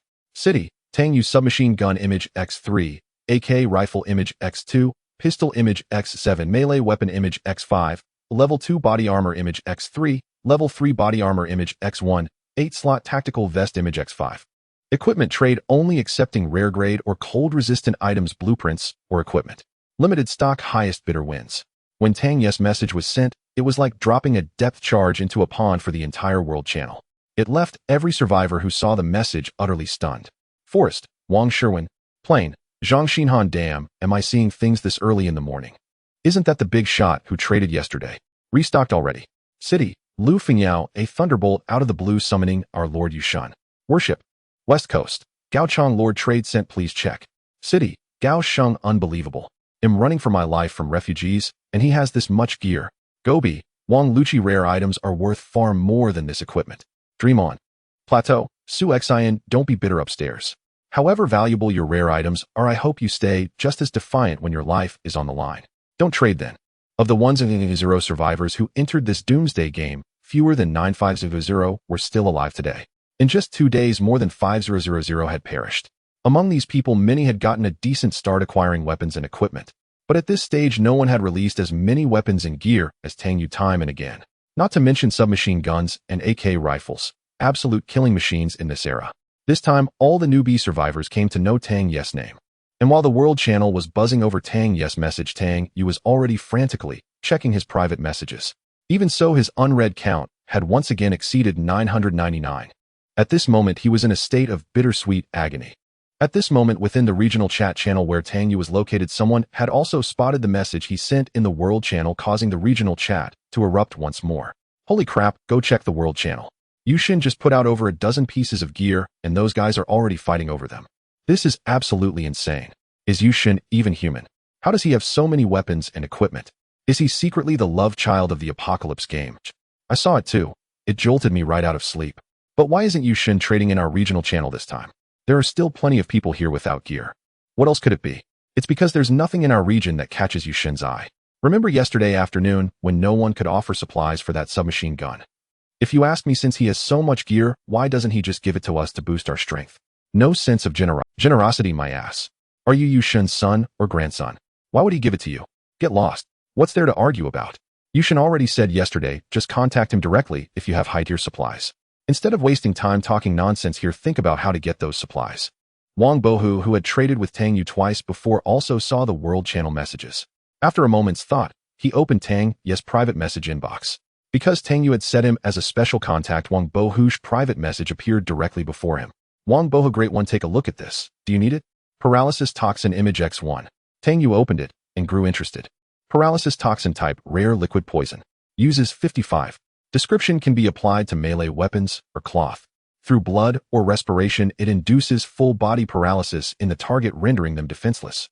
Effect: when applied to a melee weapon and striking a target, the target loses resistance within 3 seconds. When sprayed on a cloth and held over the target's mouth and nose, the target loses resistance within 1 second. Paralysis duration: 300 seconds. Note: paralysis toxin evaporates rapidly. Use within 3 minutes of application. Tang Yu's eyes widened as he read the toxin's description. Damn, this is incredible. Tang Yu, what do you want in exchange? Tang Yu, aren't you keeping this for yourself? Wang Bohu, awkward emoji, great one, this stuff is useless to me. I don't have the guts for close combat. I want to trade for 1 submachine gun magazine and 30 rounds. Tang Yu understood. Indeed, survivors now sought to avoid refugees at all costs, making this item somewhat impractical. Yet recalling today's special event mission, an idea stirred in his mind. Yesterday, Wang Bohu had traded for a submachine gun with just 1 magazine and 30 rounds, so his current request was reasonable. Tang Yu, fine. Still, this guy had traded a rare blueprint just yesterday, and now a rare item today. It seemed he truly had his own fortune or secrets. Tang Yu, however, didn't dwell on it. In the apocalypse game, there were many ways to acquire rare supplies. By slaying rare entities like the cultists Tang Yu had killed. Through treasure hunting, opening hidden safes, or even trading with special units. So whether Wang Bohu had a special destiny or something else, Tang Yu didn't care. As long as he could continuously provide the supplies Tang Yu needed, their trade in gear and items could endure. If Wang Bohu proved valuable in the future, Tang Yu might even lend him a hand if he could. But for now, business was business.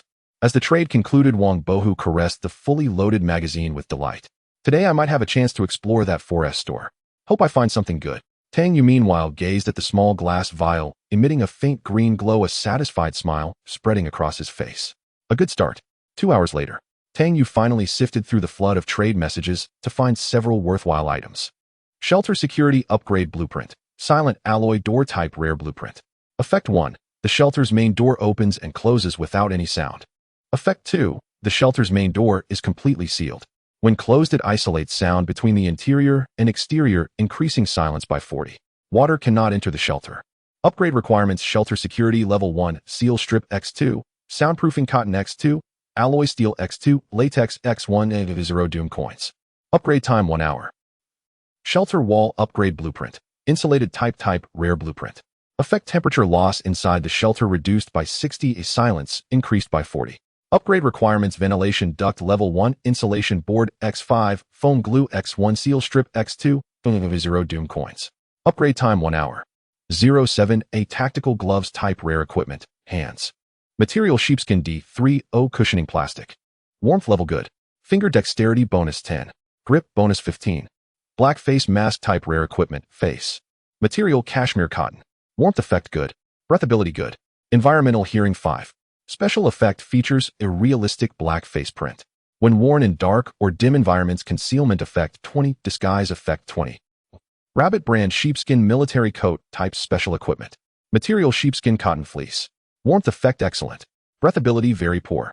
Mobility impact 15. These 5 rare items and blueprints were the most satisfying finds for Tang Yu so far, and the items traded in return were, as expected, the 3 submachine guns and 2 AKs. From the survivors' IDs, Tang Yu saw they were from other city regions.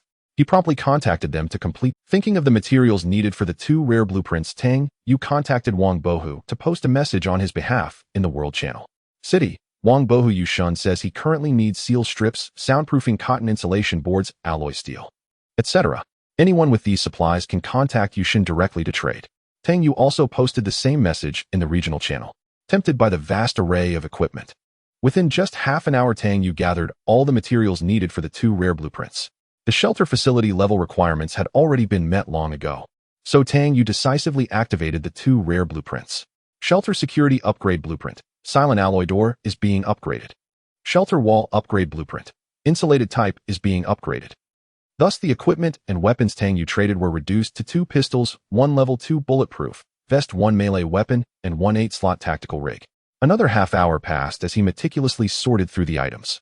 All equipment was traded, yielding a large quantity of materials for constructing shelter facilities. Notably, he also exchanged for 1 apocalypse coins as his reserves had been nearly depleted after building those 2 rare blueprints. Rest area level 1, effect sleeping for 6 hours restores 80 stamina, reduces hunger by 30 and thirst by 20. OI provides some warmth and has a 10 chance to remove negative effects. Note it's passable, at least you can sleep. Next stage cozy rest area level 2. Upgrade requirements ventilation shaft level 1 0 apocalypse coins 1 energy saving light bulb 1 energy battery. Upgrade time 1 hour. Materials sufficient for upgrade. Proceed. After waiting 2 days, the rest area could finally be upgraded again. Tang Yu's next planned facilities were the kitchen and the generator set. However, the prerequisite for building the kitchen was a generator set at level 1. Thus, even though the shelter currently had no shortage of power, Tang Yu still needed to construct the generator set. Generator set effect generates electricity via fuel, enabling the shelter's electrical systems. Construction requirements shelter security level 1 0 apocalypse coins 1 cylinder block, 1 crankshaft, 1 spark plug, 1 piston set. Construction time 2 hours. Materials sufficient for construction. Proceed. As construction of the generator set began, Tang Yu, who had been busy all morning, finally allowed himself a moment to relax. Now he only had to wait 2 hours for the generator set to be completed before he could build the kitchen. This was a crucial factor in whether Tang Yu could successfully weather the first wave of the extreme cold disaster. Lying on his bed, he opened the regional chat to see if any other survivors had clues that could help him complete the special event mission. But as soon as he opened the regional channel, he saw survivors complaining about something. What the hell? Why are there refugees everywhere around me today? They seem to be searching for something. I'm so scared I dare not even make a sound in my shelter. You too. Refugees have been pacing back and forth over my shelter all morning. My heart nearly jumped. Bro, where's your shelter? How can refugees get on top of you? In the sewer. The smell is a bit strong, but damn, that's hardcore. You're a tough one. Damn, the refugees found my shelter. Help. Help. Bro, you still alive? Tang Yu frowned. What's happening with the refugees? Why the sudden large-scale search? Just then, several red dots appeared on the virtual map in Tang Yu's mind at the entrance of the subway station. They were refugees quickly moving toward the subway hall. Then they began a meticulous room-by-room search. Seeing the refugees' actions, a sense of foreboding washed over Tang Yu. He immediately began donning his gear: combat boots, tactical gloves, a level 4 bulletproof vest, and a shattered mask. As he suited up, the refugees reached the station control room. They immediately spotted the bloodstains on the floor along with bullet holes and blast craters scattered everywhere. On guard. At the command, all refugees aimed in different directions on high alert. The leading refugee stepped into the control room to search. When he saw the shell casings on the ground, his expression darkened, turning grim. 10 minutes later inside the shelter, Tang Yu had fully geared up, yet his face was heavy with tension and his breathing grew shallow. On the virtual map of the subway station in his mind, over 20 refugees had now gathered, beginning a meticulous room-by-room search radiating from the control room. What must come has finally come. Tang Yu had anticipated this scenario ever since he killed those 4 refugees yesterday, but he hadn't expected it to happen so soon. He had originally thought the refugees wouldn't pinpoint this subway station until at least tomorrow or the day after. That was why he had been so eager to trade for supplies and rare equipment. But now it seemed there had been an unforeseen complication.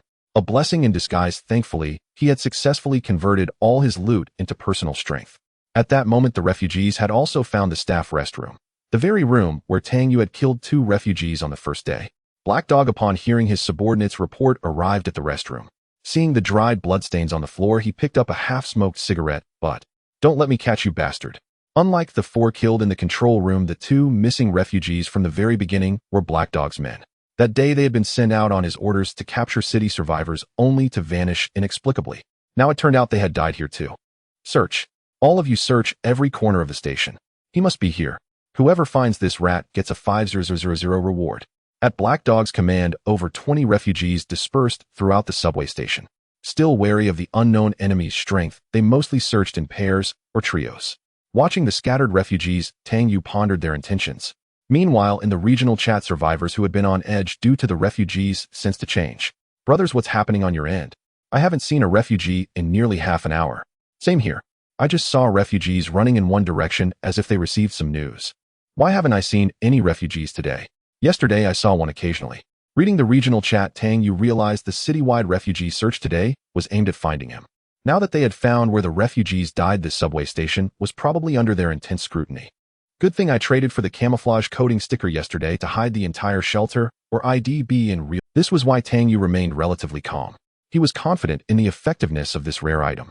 As the refugees searched, and Tang Yu waited, the shelter's security door and insulation walls, which were being upgraded, were successfully completed.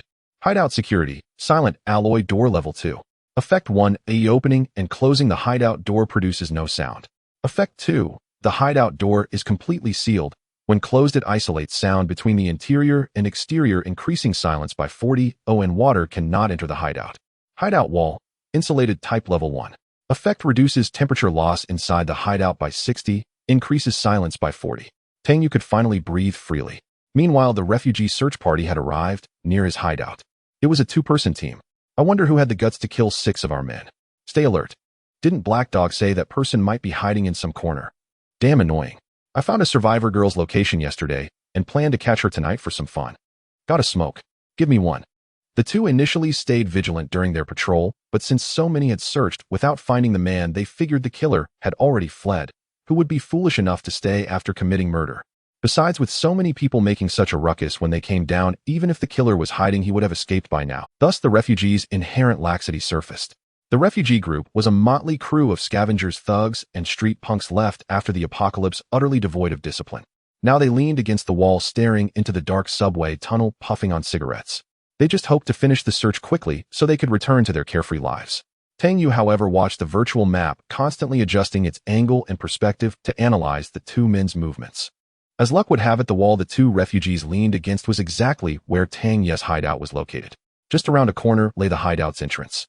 Of course, thanks to the camouflage coating sticker, the door had completely vanished. Even if the refugees looked, they would see nothing but an ordinary wall.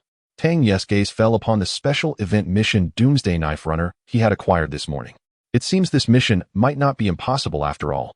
Silent alloy door, insulated wall, paralysis toxin. The descriptions of these 3 rare items shuffled through Tang Yu's mind in endless combinations. The door opened silently, the hideout's 80 silence enhancement, the toxin that could quickly paralyze enemies. Plus his rare grade combat boots, stealth step effect, and the camouflage coating sticker. By sheer coincidence, Tang Yu saw an opportunity to complete this mission. And then he thought of the 2 rewards upon completion. A rare skill and a rare piece of equipment. Tang Yu admitted he was tempted, though he knew this idea was extremely dangerous. Any slip-up, any chance for a refugee to fire a shot, and the situation he'd face would be unimaginable. Yet lured by the immense reward of completing the mission, Tang Yu quickly made his decision. He'd go for it. Every major gain in the past 2 days had been earned through life and death struggles. The bigger the waves, the more valuable the fish. Risk it once, prosper for 3 days. With his virtual map advantage, it was worth a try. Without further hesitation, Tang Yu stored all weapons that might hinder his movement, like the assault rifle, into his backpack space. He approached the security door, observing the positions of the 2 men on the virtual map. A towel had already appeared in his hand. The paralysis toxin could be applied to melee weapons or sprayed on a towel to cover an enemy's mouth and nose. The onset time varied. Stabbing an enemy with a melee weapon took 3 seconds to incapacitate them, but using the towel to cover their mouth and nose would end the fight in just 1 second. Knowing his own situation, Tang Yu decisively chose the towel method. Now he just had to wait for the right moment. Outside the hideout, the 2 refugees had smoked their cigarettes halfway. One of them yawned and walked toward the corner of the wall. "Where are you going?" "To take a leak." "Don't go far. Call me if something happens." After a brief exchange, the refugee went to a corner a dozen meters away to find a spot to relieve himself. His eyes settled on a stone pillar about 3 meters from the wall. With a cigarette dangling from his lips, he approached the pillar, unzipped his pants, closed his eyes, hummed a tune, and began to urinate. He didn't notice that the once seamless wall behind him had opened into a room, and a figure had emerged silently, approaching him from behind. Just as he finished urinating and his body shuddered involuntarily, a towel suddenly covered his mouth and nose. Instantly, the refugee's eyes flew wide open, his entire body struggling. He instinctively reached for the pistol at his thigh, but his hand was still tucking himself back in. By the time he pulled it out, it was too late. Tang Yu soon felt the refugee's struggles weaken and his body grow heavier. He knew the paralysis toxin was taking effect. Without daring to hesitate, he double-checked that the other refugee hadn't reacted, then carefully dragged the now paralyzed man back into the hideout. At that moment, the refugee's wide eyes revealed a mix of terror, fear, disbelief, and other complex emotions. And when he saw the hideout door close, his gaze turned into nothing but utter despair. As a bayonet pierced straight into the refugee's heart, Tang Yu watched the mission counter on the panel jump from 03 to 13. He finally breathed a sigh of relief. It was feasible.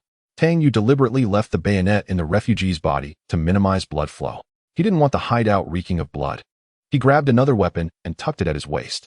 Then he returned to the hideout's entrance, waiting for another opportunity. Outside the hideout, the remaining refugee tossed away his spent cigarette, opened his eyes, and looked toward where his companion had gone, a puzzled expression on his face. "Damn, that guy's taking forever to pee. Couldn't he hold it and just jerk off real quick?" the refugee muttered, then shouted loudly. "Hey, 3 centimeter, that's enough. Let's hurry up and find the guy." But after 5 seconds, there was no response. A sense of unease crept over the refugee. He quickly raised his gun, released the safety, pulled the bolt, and chambered around. He focused intently on the corner of the wall. 3 centimeter, don't mess around. Come out now." Still no reply. Now the refugee was truly panicked. He was certain he hadn't heard a sound. Damn it, could it be something unclean? He had now reached the corner. The vagrant stared at the corner of the wall, his gun barrel shifting slowly with his gaze. When he finally saw that the corner was empty with only a stone pillar and a blank wall, the vagrant breathed a huge sigh of relief. "Damn, that scared me. Where the hell did 3 centimeters go?" He had quickly scanned the surroundings, but there was no trace of 3 centimeters, nor anything suspicious. The tension that had been gripping his heart eased slightly. "Damn it, did that bastard just go somewhere else to take a leak?" he speculated inwardly. But after searching the entire area thoroughly, he still found no sign of his companion. The vagrant was now truly panicked. He had to inform Black Dog as soon as possible. With that thought, he kept his guard up and hurried back. But as he passed the stone pillar, a sudden stench of urine hit his nose. He instinctively looked down and noticed a puddle of liquid on the ground by the pillar. Combined with the smell, it was clearly urine. The marble floor had masked the stain earlier.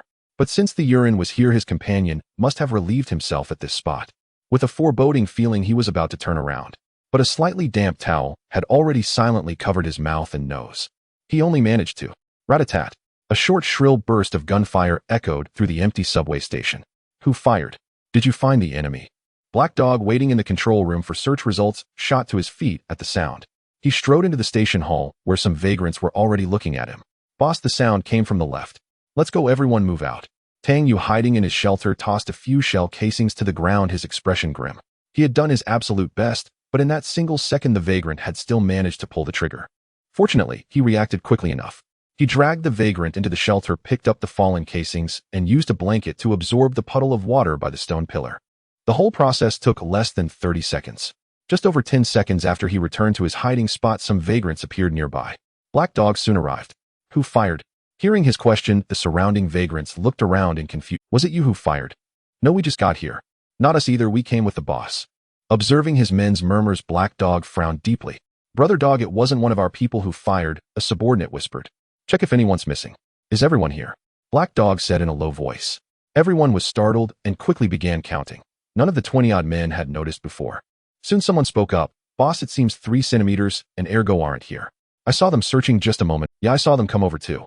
Quiet. Now every vagrant understood. Those two were most likely in grave. The gunshot just now was probably their counterattack upon encountering the enemy. That rat couldn't have gotten far. Tear this place apart if you have to, but dig him out for me. At Black Dog's command, the vagrants began searching everywhere.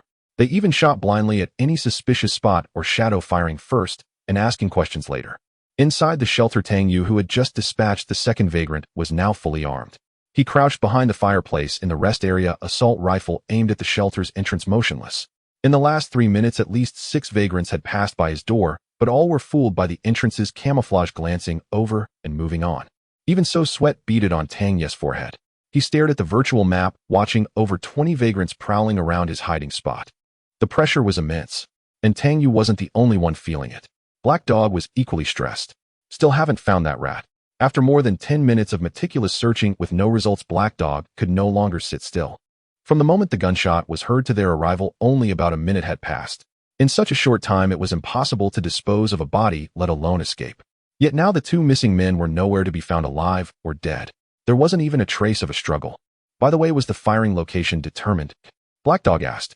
His subordinate responded with a helpless expression, shaking his head slightly. Brother Dog, we've searched everywhere nearby. No shell casings. We could have tracked footprints, but 7 or 8 people were already here before us, so that's useless. Damn it, can this guy turn invisible? Just then, from the tunnel on the other side of the subway, a fierce exchange of gunfire erupted. Rat-a-tat-a-tat. Boss, we found him. He's in the tunnel, and we're exchanging fire. Black Dog's face lit up with joy. You bastard, I've finally caught you. Everyone go support him. He rushed off in that direction, the other vagrants following close behind, their faces twisted with savage grins.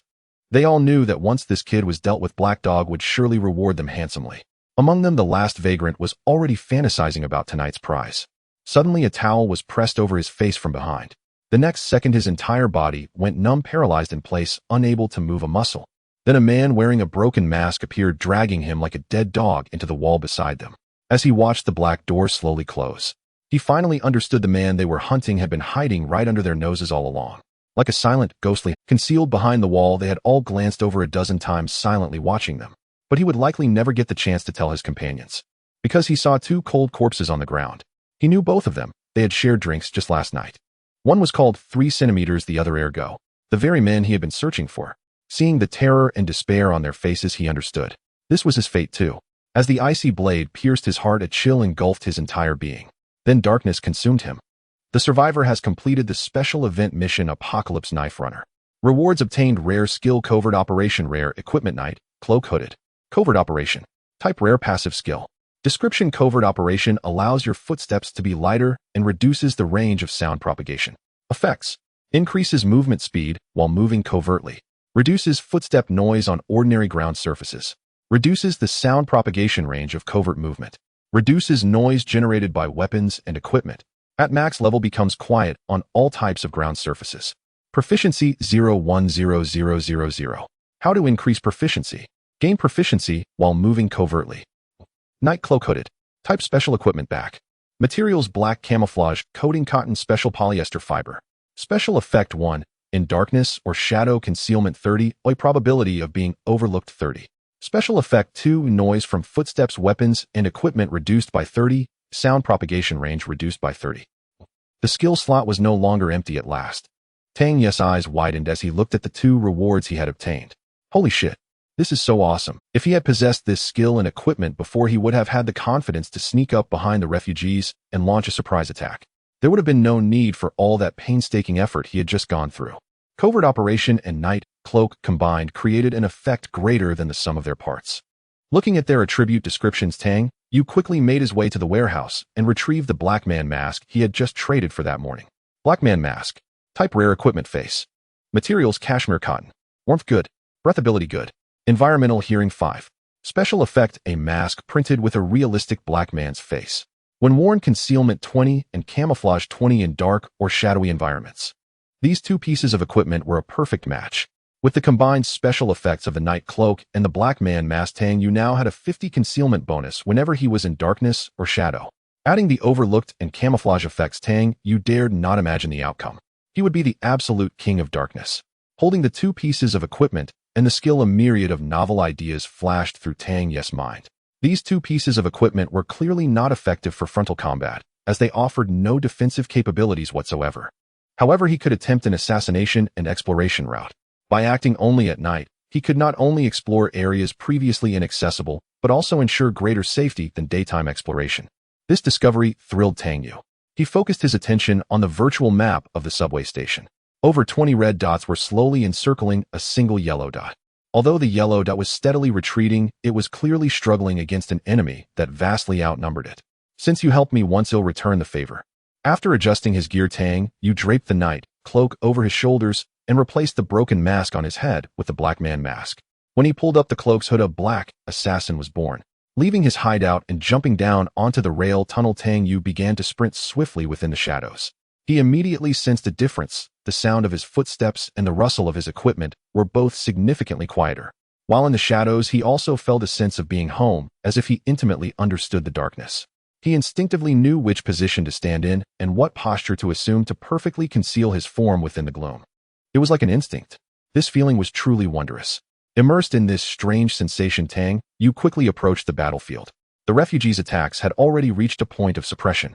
That yellow dot was barely holding on, relying solely on the dark environment of the tunnel. It was also about to move beyond the coverage of the subway station's virtual map. At the same time, his private message indicator lit up. Wangbo, Master, help. Do you have any submachine gun bullets left? Urgently needed. Looking at the private message, Tang Yu frowned. No way. Tang Yu, is that you being attacked by the refugees and the Wangbo, Master, how did you know? Are you nearby too? Help, Master. Receiving Wangbo's reply, Tang Yu understood.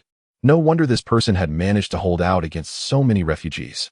If that was the case, it made sense. Although it was somewhat absurd, Wangbo had traded submachine gun bullets and magazines with him that morning. Using them sparingly would indeed explain his survival. Considering how Wangbo had helped divert the refugees' attention earlier, Tang Yu traded him 60 rounds of ammunition and 1 grenade. Tang Yu, hold them off for me. They'll find a chance to get you out of this. Wangbo, holy crap, thank you, Master. The next moment, Tang Yu heard the gunfire in the tunnel intensify once more. Simultaneously, the yellow dot on the virtual map turned a light green. Tang Yu had already understood the color coding of the dots on the virtual map. Red hostile, yellow neutral, green friendly. This made Tang Yu even more confident in rescuing Wangbo. By now, he had entered the tunnel, his entire body immersed in darkness. In the pitch-black tunnel, the flashes from gunfire created tiny specks of light in the gloom. Tang Yu set his sights on the last person in the refugee formation. He could even hear the refugees' roaring shouts as they continuously attacked. As his steps became softer, he gripped the bayonet in his right hand, bent his body slightly, and began to move with one foot placed alternately before the other. Covert operation. Tang Yu's footsteps became even more imperceptible, his movements more delicate. Black Dog's voice came from some unknown corner. Take it slow. Let's see how much ammo he has. I want him alive. This bastard has killed too many of our people. Let's show him what we're made of. Hearing this, Tang Yu's expression turned strange. No wonder these guys had all swarmed over. So Wangbo had taken the blame for him. Good people live long lives. At that moment, all the refugees, hearing Black Dog's words, revealed vicious smiles and began to press forward inch by inch. The refugee at the very back of the formation continuously fired shots at the survivor's position ahead. Only when the firing pin struck empty did he duck behind a wall and pull a spare magazine from his pouch to reload. By now, Tang Yu had crept to within 2 meters behind this refugee. He was as silent as the Grim Reaper, and Tang Yu attacked, draw the refugee's attention. Wangbo, roger that, Master. The next moment, gunfire erupted from the front of the tunnel. The refugees began to take cover or return fire. The last refugee had finished reloading. Hearing the intense gunfire ahead, he raised his gun barrel and aimed at the survivor's position. Just a second before he pulled the trigger, he suddenly felt a chill at his neck, followed by the sensation of scalding liquid flowing from his throat. The sharp bayonet had already slashed open his neck. Shoo! Ugh! Gurgle! Gurgle! Tang Yu carefully laid the refugee's body on the ground, casually flicking the blood off his bayonet as he continued to creep toward his next target. The refugees remained oblivious to the changes within their ranks, while Black Dog's attention was entirely fixed on the survivors they had gradually encircled ahead. Noticing a marked slowdown in the survivors' rate of fire, Black Dog rejoiced inwardly. Brothers, this guy's out of ammo. Charge in and seize him. Hearing Black Dog's command, the refugees immediately split into 2 squads. One squad of 3 or 4 provided cover fire from behind, unleashing sustained bursts at the survivor's position to suppress him. The other squad, also 3 or 4 refugees, hugged the wall as they closed in, intent on capturing the survivor alive. Black Dog lingered in the middle, awaiting the battle's conclusion. Unaware of this, Wang Bohu was crouched in a hollow within the tunnel, reloading his magazine, preparing to resume firing and draw their attention. Then a message arrived from Tang Yu. Tang Yu, don't fire. Take out a grenade, pull the pin, and wait for my signal to throw it 5 meters behind you. Tang Yu, the enemy is right on your tail. Reading Tang Yu's message, Wang Bohu's heart jolted with alarm. Without a moment's hesitation, he followed Tang Yu's instructions, pulled out a grenade, yanked the pin, and clutched it in his hand, awaiting further orders. Wang Bohu, boss, grenade ready. Tang Yu gently laid down the second refugee, sheathed his bayonet, re-equipped his assault rifle, and readied a grenade of his own. He would have preferred to continue his stealthy takedowns, but Wang Bohu's situation clearly brooked no delay. So he moved to a position 10 meters behind the covering squad.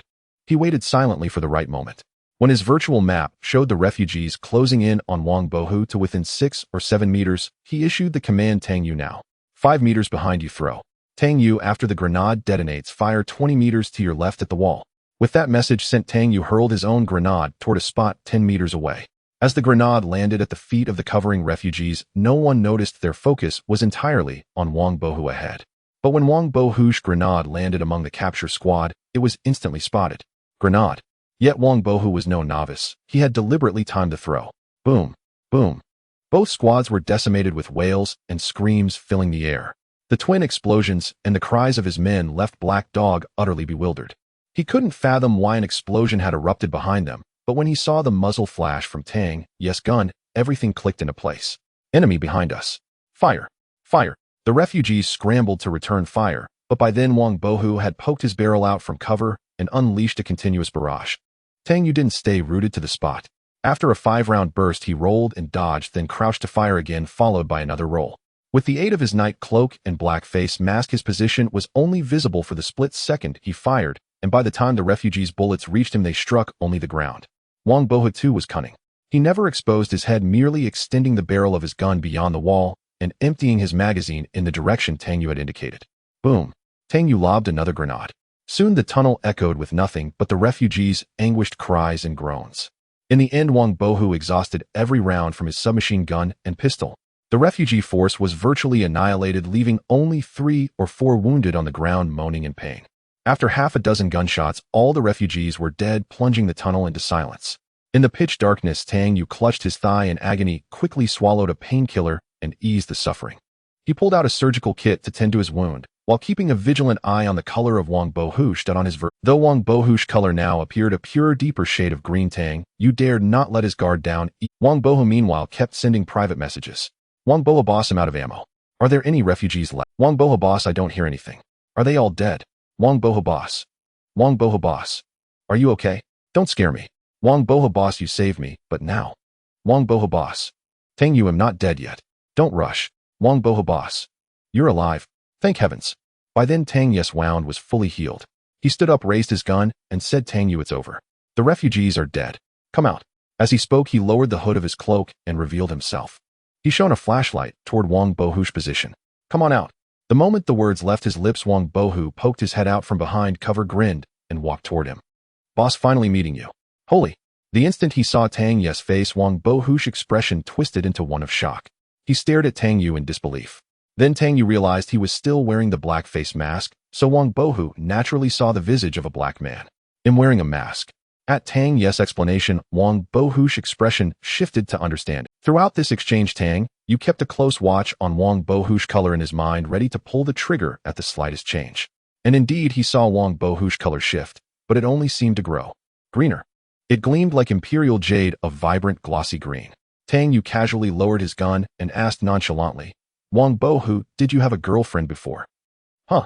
Puzzled, Wang Bohu answered honestly. I had one, but we broke up. I was so furious I volunteered for the Doomsday game. Cough. Never mind. Tang Yu's lips twitched into a faint smile. Only then did he notice that Wang Bohu was just a boy of 17 or 18, which surprised him greatly. Didn't expect you to be so young. Wang Bohu scratched his head shyly. How, I just turned 18. Tang Yu chuckled inwardly, then gestured with his chin toward the bodies of the refugees Wang Bohu had blasted. All right, go collect your loot. Take whatever you can carry. With over 20 refugee corpses in the tunnel, it was only fair to share some spoils with Wang Bohu. Besides, Wang Bohu had inadvertently helped Tang Yu by drawing fire in the tunnel. Boss, really? Though Wang Bohu had entertained the thought, hearing Tang Yu actually say it left him incredulous. Happiness came. Really? Take whatever you can carry and hurry up. This place is likely marked by the refugees. Wang Bohu didn't decline. He desperately needed the weapons and gear to boost his combat power. He quickly headed toward where the grenades had detonated. Meanwhile, Tang Yu's gaze settled on Black Dog's position. A smirk crept across his face. Harvesting spoils was always so satisfying.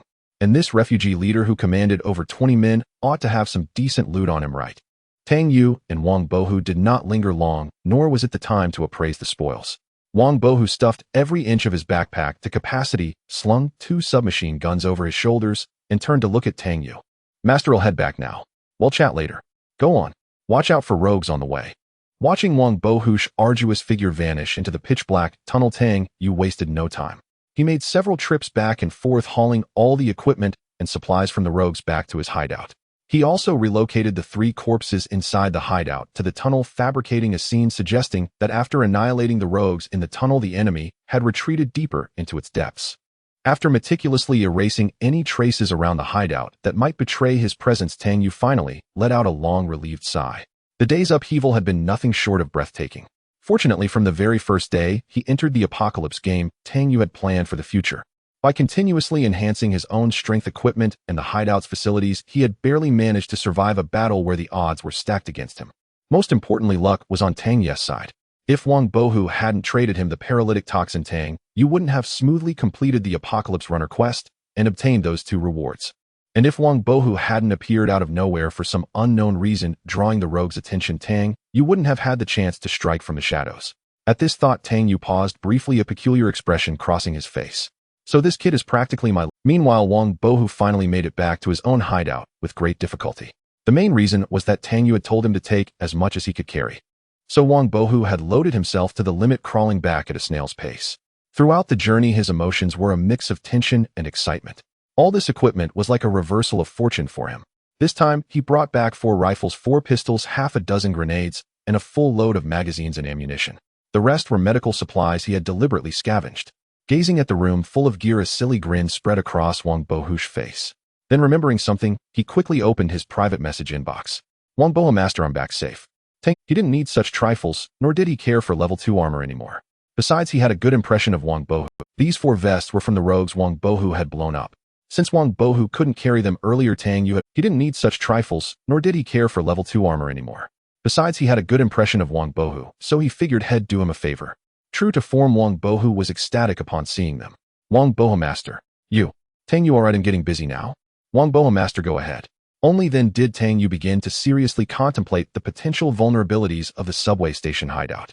Because Tang Yu knew that after this a greater crisis was inevitable. This time it was just over 20 rogues, next time it could be dozens, or even hundreds of enemies. The urgency in his heart grew ever more pronounced. Undoubtedly, after acquiring the night cloak and black mask, darkness had become the environment where Tang Yu felt safest. Whether attacking or hiding, he held the advantage of the terrain. Thus, Tang Yu could no longer sit still. He geared up again and headed straight for the subway station's electrical room, which housed all the circuit breakers for the entire station. After 2 grenades, the electrical room was in shambles, sparks flying everywhere. Consequently, the entire station was plunged into an abyss of darkness. Tang Yu turned on his flashlight and re-entered the electrical room to inspect it, ensuring there was no possibility of repairing the cabinets. Only then did he return to the hideout. Now he finally felt completely at ease. He also understood why, despite the city's power grid still functioning, the hideout required survivors to build a generator set facility. The apocalypse game likely had multiple considerations. However, due to the damage to the station's power system, the hideout was also shrouded in darkness. Previously, Tang Yu hadn't built any lighting for the hideout, relying entirely on the station's electricity and illumination. Now he had no choice but to construct it. Lighting level 1 effect provides illumination for the hideout using candles. Construction requirements: 100 apocalypse coins, candle X1, or lighter X1. Construction time 5 minutes. Construction materials fulfilled. Proceed with construction. Yes. After 5 minutes, the level 1 lighting facility was completed. Tang Yu immediately upgraded to level 2 lighting. Lighting level 2 effect provides illumination for the hideout using basic electric lights. Upgrade requirements: generator set level 1, lighting level 1, light bulb X10, wire X10, switch X1. 0 apocalypse coins, upgrade time 1 hour. Insufficient materials for upgrade. Tang Yu realized this upgrade required a massive number of bulbs and wires, so he directly sought a trade in the regional channel. The trade went smoothly. These were all basic city zone materials. He succeeded with just one dagger and one level 2 bulletproof vest. He immediately started upgrading the lighting facility. During the upgrade, Tang Yu wasn't anxious. He lay on the bed and rested with his eyes closed. When he woke up, he found it was already evening. The lighting facility had long been upgraded. Tang Yu first took 2 barrels of fuel he had prepared earlier from the warehouse and poured them into the fuel generator. As the generator set started, it emitted a faint hum and began working. When Tang Yu flipped the light switch, the entire hideout was once again bathed in light. A satisfied smile curled at the corners of his mouth. This generator set isn't bad. Must be some kind of black tech. The noise is barely audible, and the exhaust is directly connected to the ventilation ducts. Nice. Since only the lighting needed power, he set the generator's output to the lowest gear, level 1. These 2 barrels of fuel should keep the generator running for a long time. Then Tang Yu stepped outside the hideout. After carefully confirming that the sound, light, and vibration from the generator inside couldn't be detected from outside, Tang Yu finally felt at ease. He silently congratulated himself again for the morning's decision to trade for the silent alloy door and insulated walls. Back inside, he started building the kitchen facility, which he hadn't gotten around to earlier. At last, Tang Yu had time to sort through the spoils of today's battle. Undeniably, the haul was unprecedented. Staring at the array of equipment spread across the floor, a faint sense of accomplishment swelled within Tang Yu. The night had fallen into complete darkness. At the refugee camp, Meat Dog inquired once more. Black Dog still hasn't returned. Boss Brother Dog hasn't come back yet. At noon, he sent word that had found where our brothers were killed inside Garden Metro Station, then took over 20 men to hunt the enemy. Brother Dog took so many men. He should be back soon by now. Meat Dog listened to his subordinate's report, yet the unease in his heart grew ever more pronounced. Though reason told him Black Dog with over 20 men couldn't have run into trouble, it was already night. Far too long a delay. No, send someone to find Black Dog, see what's happening. With Meat Dog's order, a team of a dozen set off once more for Garden Metro Station. Tang Yu meanwhile stared intently at a map in his hands. Map of Baida District, Kaysher City, type in grid size 2x1. Description: a detailed map recording street information of Baida District. This was the first time Tang Yu had an intuitive grasp of his area's street layout and location. He quickly pinpointed his metro station's position. It lay midway between the central area and border of Baida District, neither good nor bad. Garden Station was named for the Baida Flower Park beside it. Tang Yu also found the Red Romance Club had visited earlier on the map, indeed only one station away. He also located apartment 15. It sat between the Red Romance direction and the next station. Map annotations suggested it once housed the middle class. Nearby stood a massive supermarket and a luxury car 4S dealership. A bank also sat there. Meanwhile, a building labeled Trading Center on the map was circled in red ink with the words Stronghold written beside it. So this trading center is the refugees' lair in this area? Tang Yu stowed the map. Its value was high enough for him to act. He then produced a key. Key to room 903, Somu Hotel. Effect opens room 903 at Somu Hotel. Both items were taken from the refugee leader. Tang Yu guessed the key belonged to a private room of that man, likely storing his hoarded supplies. At that thought, he felt an urge to loot it. Now he had 2 directions to explore. One was apartment 15. He already held 3 keys to it and could investigate. The other was room 903 at Somu Hotel. Notably, the hotel lay right beside apartment 15, separated only by the bank building. However, Tang Yu would decide based on tomorrow's super rich event. With too much loot today, his stash couldn't hold it all, so he piled it in a corner. He grew drowsy. His energy had been spent. Soon he fell into deep sleep. Just over 10 minutes later, the dozen refugees sent by Meat Dog to find Black Dog's team finally reached Garden Metro Station. Why is it so dark here? Quiet. Flashlights on. Move carefully. The squad leader, seeing the station pitch black, felt a bad In such conditions, Black Dog couldn't have lingered long. Yet the boss orders had to be followed. So they all searched the station. They spotted bloodstains and battle marks on the control room floor. Thus, the dozen men crept forward. Near the tunnel, one flashlight beam caught something inside. Boss, there's something lying on the ground in the tunnel. Let's check it out. After walking dozens of meters in, everyone froze in disbelief. That's 3 centimeters. A refugee recognized the body. There's more ahead. That panic struck. Flashlights swept deeper into the tunnel. 1, 2, 3. 27. Familiar faces lay on the ground. Besides 5 killed by combat knives, the others had clearly endured fierce combat. Each bore bullet holes and shrapnel wounds from grenades. The squad leader stared at Black Dog, whose eyes were wide open in death, a sight of unyielding resentment. Terror seized him. Unbelievable. Black Dog and over 20 men had been slaughtered here. Clearly, this was a premeditated attack on their camp. If the attackers hadn't left, their dozen men would be easy prey. The other refugees, seeing the bodies, were equally. Many had shared drinks last night. Everyone retreat. Move. The leader snapped a few photos of the tunnel scene and urged his men. So the refugees fled in panic, stumbling out of the station entrance. Under the bright moonlight, they gasped. Behind them, the dark metro station seemed like an endless abyss. After catching their breath, they hurried back. What? You're saying Black Dog and his 20-plus men all died in the tunnel? Meat Dog stared incredulously at his reporting subordinate. Boss, here are the photos. Black Dog's gear and weapons are all missing. Only their bodies remain in the tunnel. I suspect this was a targeted strike against us. Meat Dog took the photos, seeing Black Dog's unyielding stare and the other corpses. His face darkened with fury. Who's setting me up? Cabin or Butcher? He walked to the city map. Cabin holds the 4S dealership, the Butcher's in the theater building. The tunnel direction leads toward them, and the Red Romance Club sits right at the border of our territories. Damn, could those two really be messing with me? Though uncertain, Meat Dog knew he couldn't stay idle, or his men would lose faith. He turned to his subordinate. Tell Bayonet to see me. 10 minutes later, a man in black robes with a skull mask appeared before Meat Dog. Bayonet, you've heard. Black Dog and 20 men died in the tunnel today. Add the 10 from 2 days ago, that's over 30 lives. Only Cabin and Butcher have that kind of power. Take your men, teach them a lesson. Our brothers can't die, and keep it discreet. Hearing Meat Dog's orders, Bayonet said nothing, nodded faintly, and left the room. Watching Bayonet depart, Meat Dog took a deep drag of his cigar, eyes narrowing. Cabin, Butcher, I don't know if it was you, but I've no choice now. If it wasn't, don't blame me.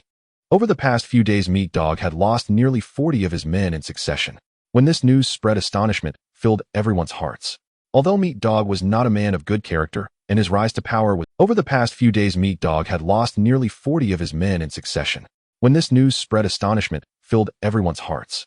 Although Meat Dog was not a man of good character, and his rise to power was far from honorable, it was undeniable that the refugee camp under Meat Dog's leadership was not lacking in strength. Now someone had managed to inflict such a heavy loss on him without his knowledge, and he had yet to uncover even a single clue. After confirming that none of their own people were responsible, the leaders of these refugee camps grew intrigued. After all, nearly 40 fully armed soldiers had been eliminated, not as elite as the rebels in the north, but they were no defenseless cats or dogs either. To accomplish such a feat silently made even these leaders ponder whether their own men could handle a similar situation. Meat Dog must have crossed someone he shouldn't have. Why else would they target him specifically? This thought crossed more than. Consequently, orders were issued to their subordinates in every camp. Though worded differently, the message was the same: stay low for the next few days. Keep away from the subway stations. Don't provoke anyone you shouldn't. Then they all awaited Meat Dog's next move, adopting a stance of detached amusement. Seeing Meat Dog suffer a setback delighted them. More importantly, everyone was searching for an opportunity to seize Meat Dog's territory. Refugees were nothing but a pack of insatiable hyenas. They cared little about who was opposing Meat Dog. Their eyes were fixed solely on land and profit. Shortly after midnight, 6 hours had passed since the discovery of Black Dog and his men's bodies. They cared little about who was opposing Meat Dog. Their eyes were fixed solely on land and profit. Shortly after midnight, 6 hours had passed since the discovery of Black. This figure moved silently through the dark subway passage, crossed the hall, and entered the tunnel, leaving utter stillness in its wake. Every insect and ant within its path died within seconds. Like a deathly specter that never touched the ground, it was unseen until it was too late. By then, the bodies of Black Dog and his men had vanished, leaving only pools of blood, bullet-riddled tunnel walls, and the faint scent of gunpowder. The figure examined the scene meticulously, from the bloodstains to the bullet holes and the positions where 3 grenades had detonated. After obtaining the information it sought, it departed as silently as it had arrived. The tunnel fell back into silence as if no one had ever been there. What? Only 2 people? That's impossible. Meat Dog's voice rang out in disbelief. Are you questioning me? No, Sir Guilien, it's just. This news is too shocking. After all, those were over 20 fully armed men. They weren't 20 chickens. From the shadows of the room, Guilien fixed his gaze on Meat Dog, a scornful expression hidden behind his ghostly mask. Meat Dog, don't forget who put you in your current position. Meat Dog broke out in a cold sweat. Sir Guilien, I wouldn't dare forget. Without you, I could never have reached this position. As long as you understand. Now that you have the information, find a way to locate these 2. Yes, Sir Gu. On the 4th day of the apocalypse, only 3 days remained before the polar blizzard disaster struck. Tang Yu pulled the blanket tighter around himself and shivered. Damn, the weather is definitely getting colder. Clearly, although the Doomsday calamity was said to arrive a week after entering the game, its precursors were already manifesting. After a few more minutes of drowsiness, Tang Yu rubbed his still sleepy eyes and stretched. He got up, went to the generator set, restarted it, and then flicked on the light switch. The hideout was illuminated. Tang Yu noticed that the kitchen facility had been completed, appearing as a small countertop with an electric hot pot. This apocalypse game is something else, he marveled inwardly. He then took a carton of milk and a pack of bread from the storage. After briefly heating the milk in the electric hot pot, he enjoyed his breakfast, alternating between sips of warm milk and bites of bread. Not satisfied, he grabbed a can of luncheon meat and devoured it greedily. A bliss. Tang Yu had been in this apocalyptic world for 5 or 6 days since his transmigration. This was his first hot, satisfying meal. In the previous days, survival pressure had forced him to subsist on bread and beef sausages when hungry and bottled water when thirsty. This was truly unbearable for Tang Yu, who was accustomed to warm meals. Hence his rush to build the kitchen. With the weather turning cold, he couldn't imagine enduring such days on cold food alone. As he slurped bread soaked in warm milk, he opened the regional chat channel. He wanted to see if anything had happened overnight. What greeted his eyes was a scene of tranquility, a stark contrast to the chaos of being chased by refugees the previous morning. Of course, there were still people in the channel crying out for food and water, begging for help. But everyone's attitude was remarkably consistent. By the 4th day, unlike survivors born in forests, Gobi deserts, or other harsh environments, food in the city wasn't that hard to find. As long as one dared to venture out for supplies, meeting daily survival needs was hardly a problem. If someone still lacked food, it could only mean they hadn't bothered to search at all. Other survivors were certainly not going to hand over the supplies they risked their lives to find. They weren't his parents. After a hearty meal and a quick tidy-up, Tang Yu eagerly opened the Super Monopoly. I wonder what time he'll roll today. I hope it's real estate again. Those special event missions are too tough. Today's Monopoly investment wealth points had already been distributed. He received another 128 points, bringing his total to 409. Over 400 points. Tang Yu was thoroughly pleased. I must have used the wrong incantation yesterday when I rolled a special mission. Let me try a different one today. After a moment's thought, Lord Guan, martial god of wealth, great deity, Guan, bless me to roll real estate today. The dice tumbled. Tang Yu stared unblinkingly. When the dice stopped revealing the number 6, his eyes had already darted to the position 6 squares ahead of his miniature self. But upon seeing the symbol there, Tang Yu's eyes widened. Holy shit. Tang Yu's expression was exceedingly gloomy. It was all because the icon at that position remained a question mark pattern. Do I have to be this unlucky? Tang Yu had already given up, burying himself heavily into the blanket. Survivor triggers unexpected event. Windfall wealth points 200. Hearing the prompt from Super Tycoon, Tang Yu abruptly sat up and looked at the panel. While this is actually, Tang Yu suddenly felt it wasn't so hard to accept anymore. Looks like praying to Lord Guan still works. Even landing on an unexpected event lets me pick up free money. Thus his wealth points reached an astonishing figure of 609. In high spirits, Tang Yu cheerfully closed the panel. He then began to plan the day's work. Today marked the 4th day of the Doomsday game, and the weather had started to cool down noticeably.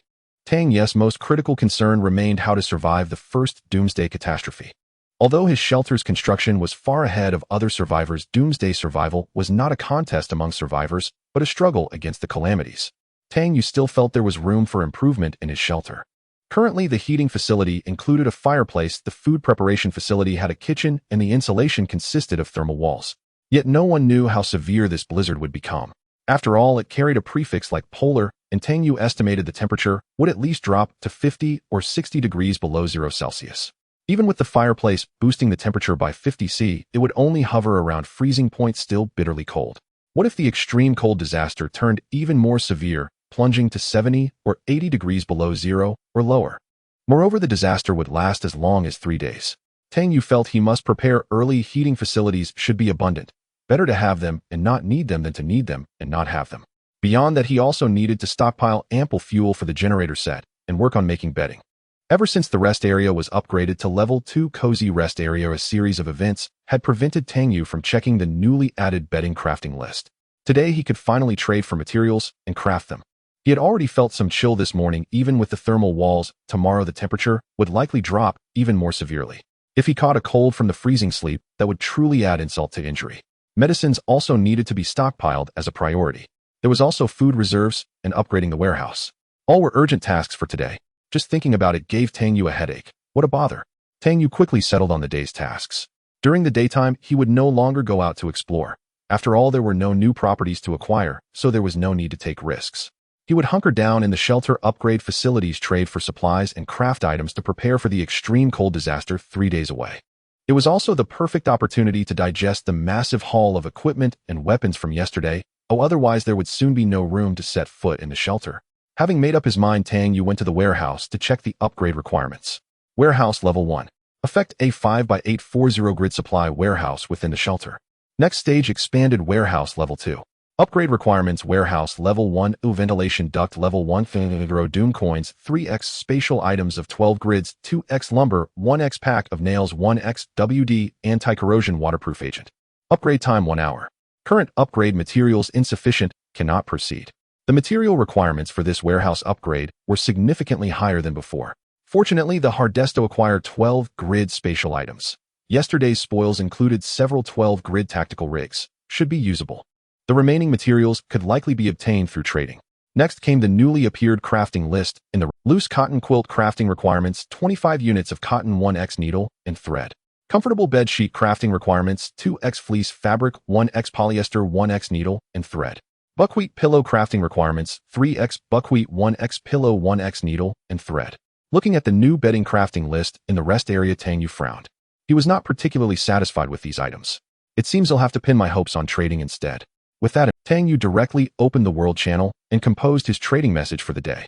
City: Tang Yu submachine gun image X13, AK rifle image X7, shotgun image X3, handgun image X23, melee weapon image X23, level 2 bulletproof, vest X20, level 3 bulletproof, vest X4. Trading for blueprints, items, equipment, and supplies a priority on rare items and warmth-heating items. Limited stock, DM me to trade. Tang Yu also sent the same message to the regional chat channel. As a result, this message stunned both the world channel and the regional chat channel into silence. For a full 10+ seconds, Tang Yu saw no one refresh the chat. Damn, no way. Can the chat channel of a Doomsday game crash? Tang Yu speculated in disbelief. In the past few days, whenever he posted a trading message, a crowd would comment. What was happening today? But just as he finished thinking, the world channel and the regional chat channels erupted into a frenzy of scrolling messages. His private messages also began to pile up rapidly. So there was just a delay? Scared me to death. Tang Yu breathed a sigh of relief. Yet the survivors who saw Tang Yu's message could not calm down at all.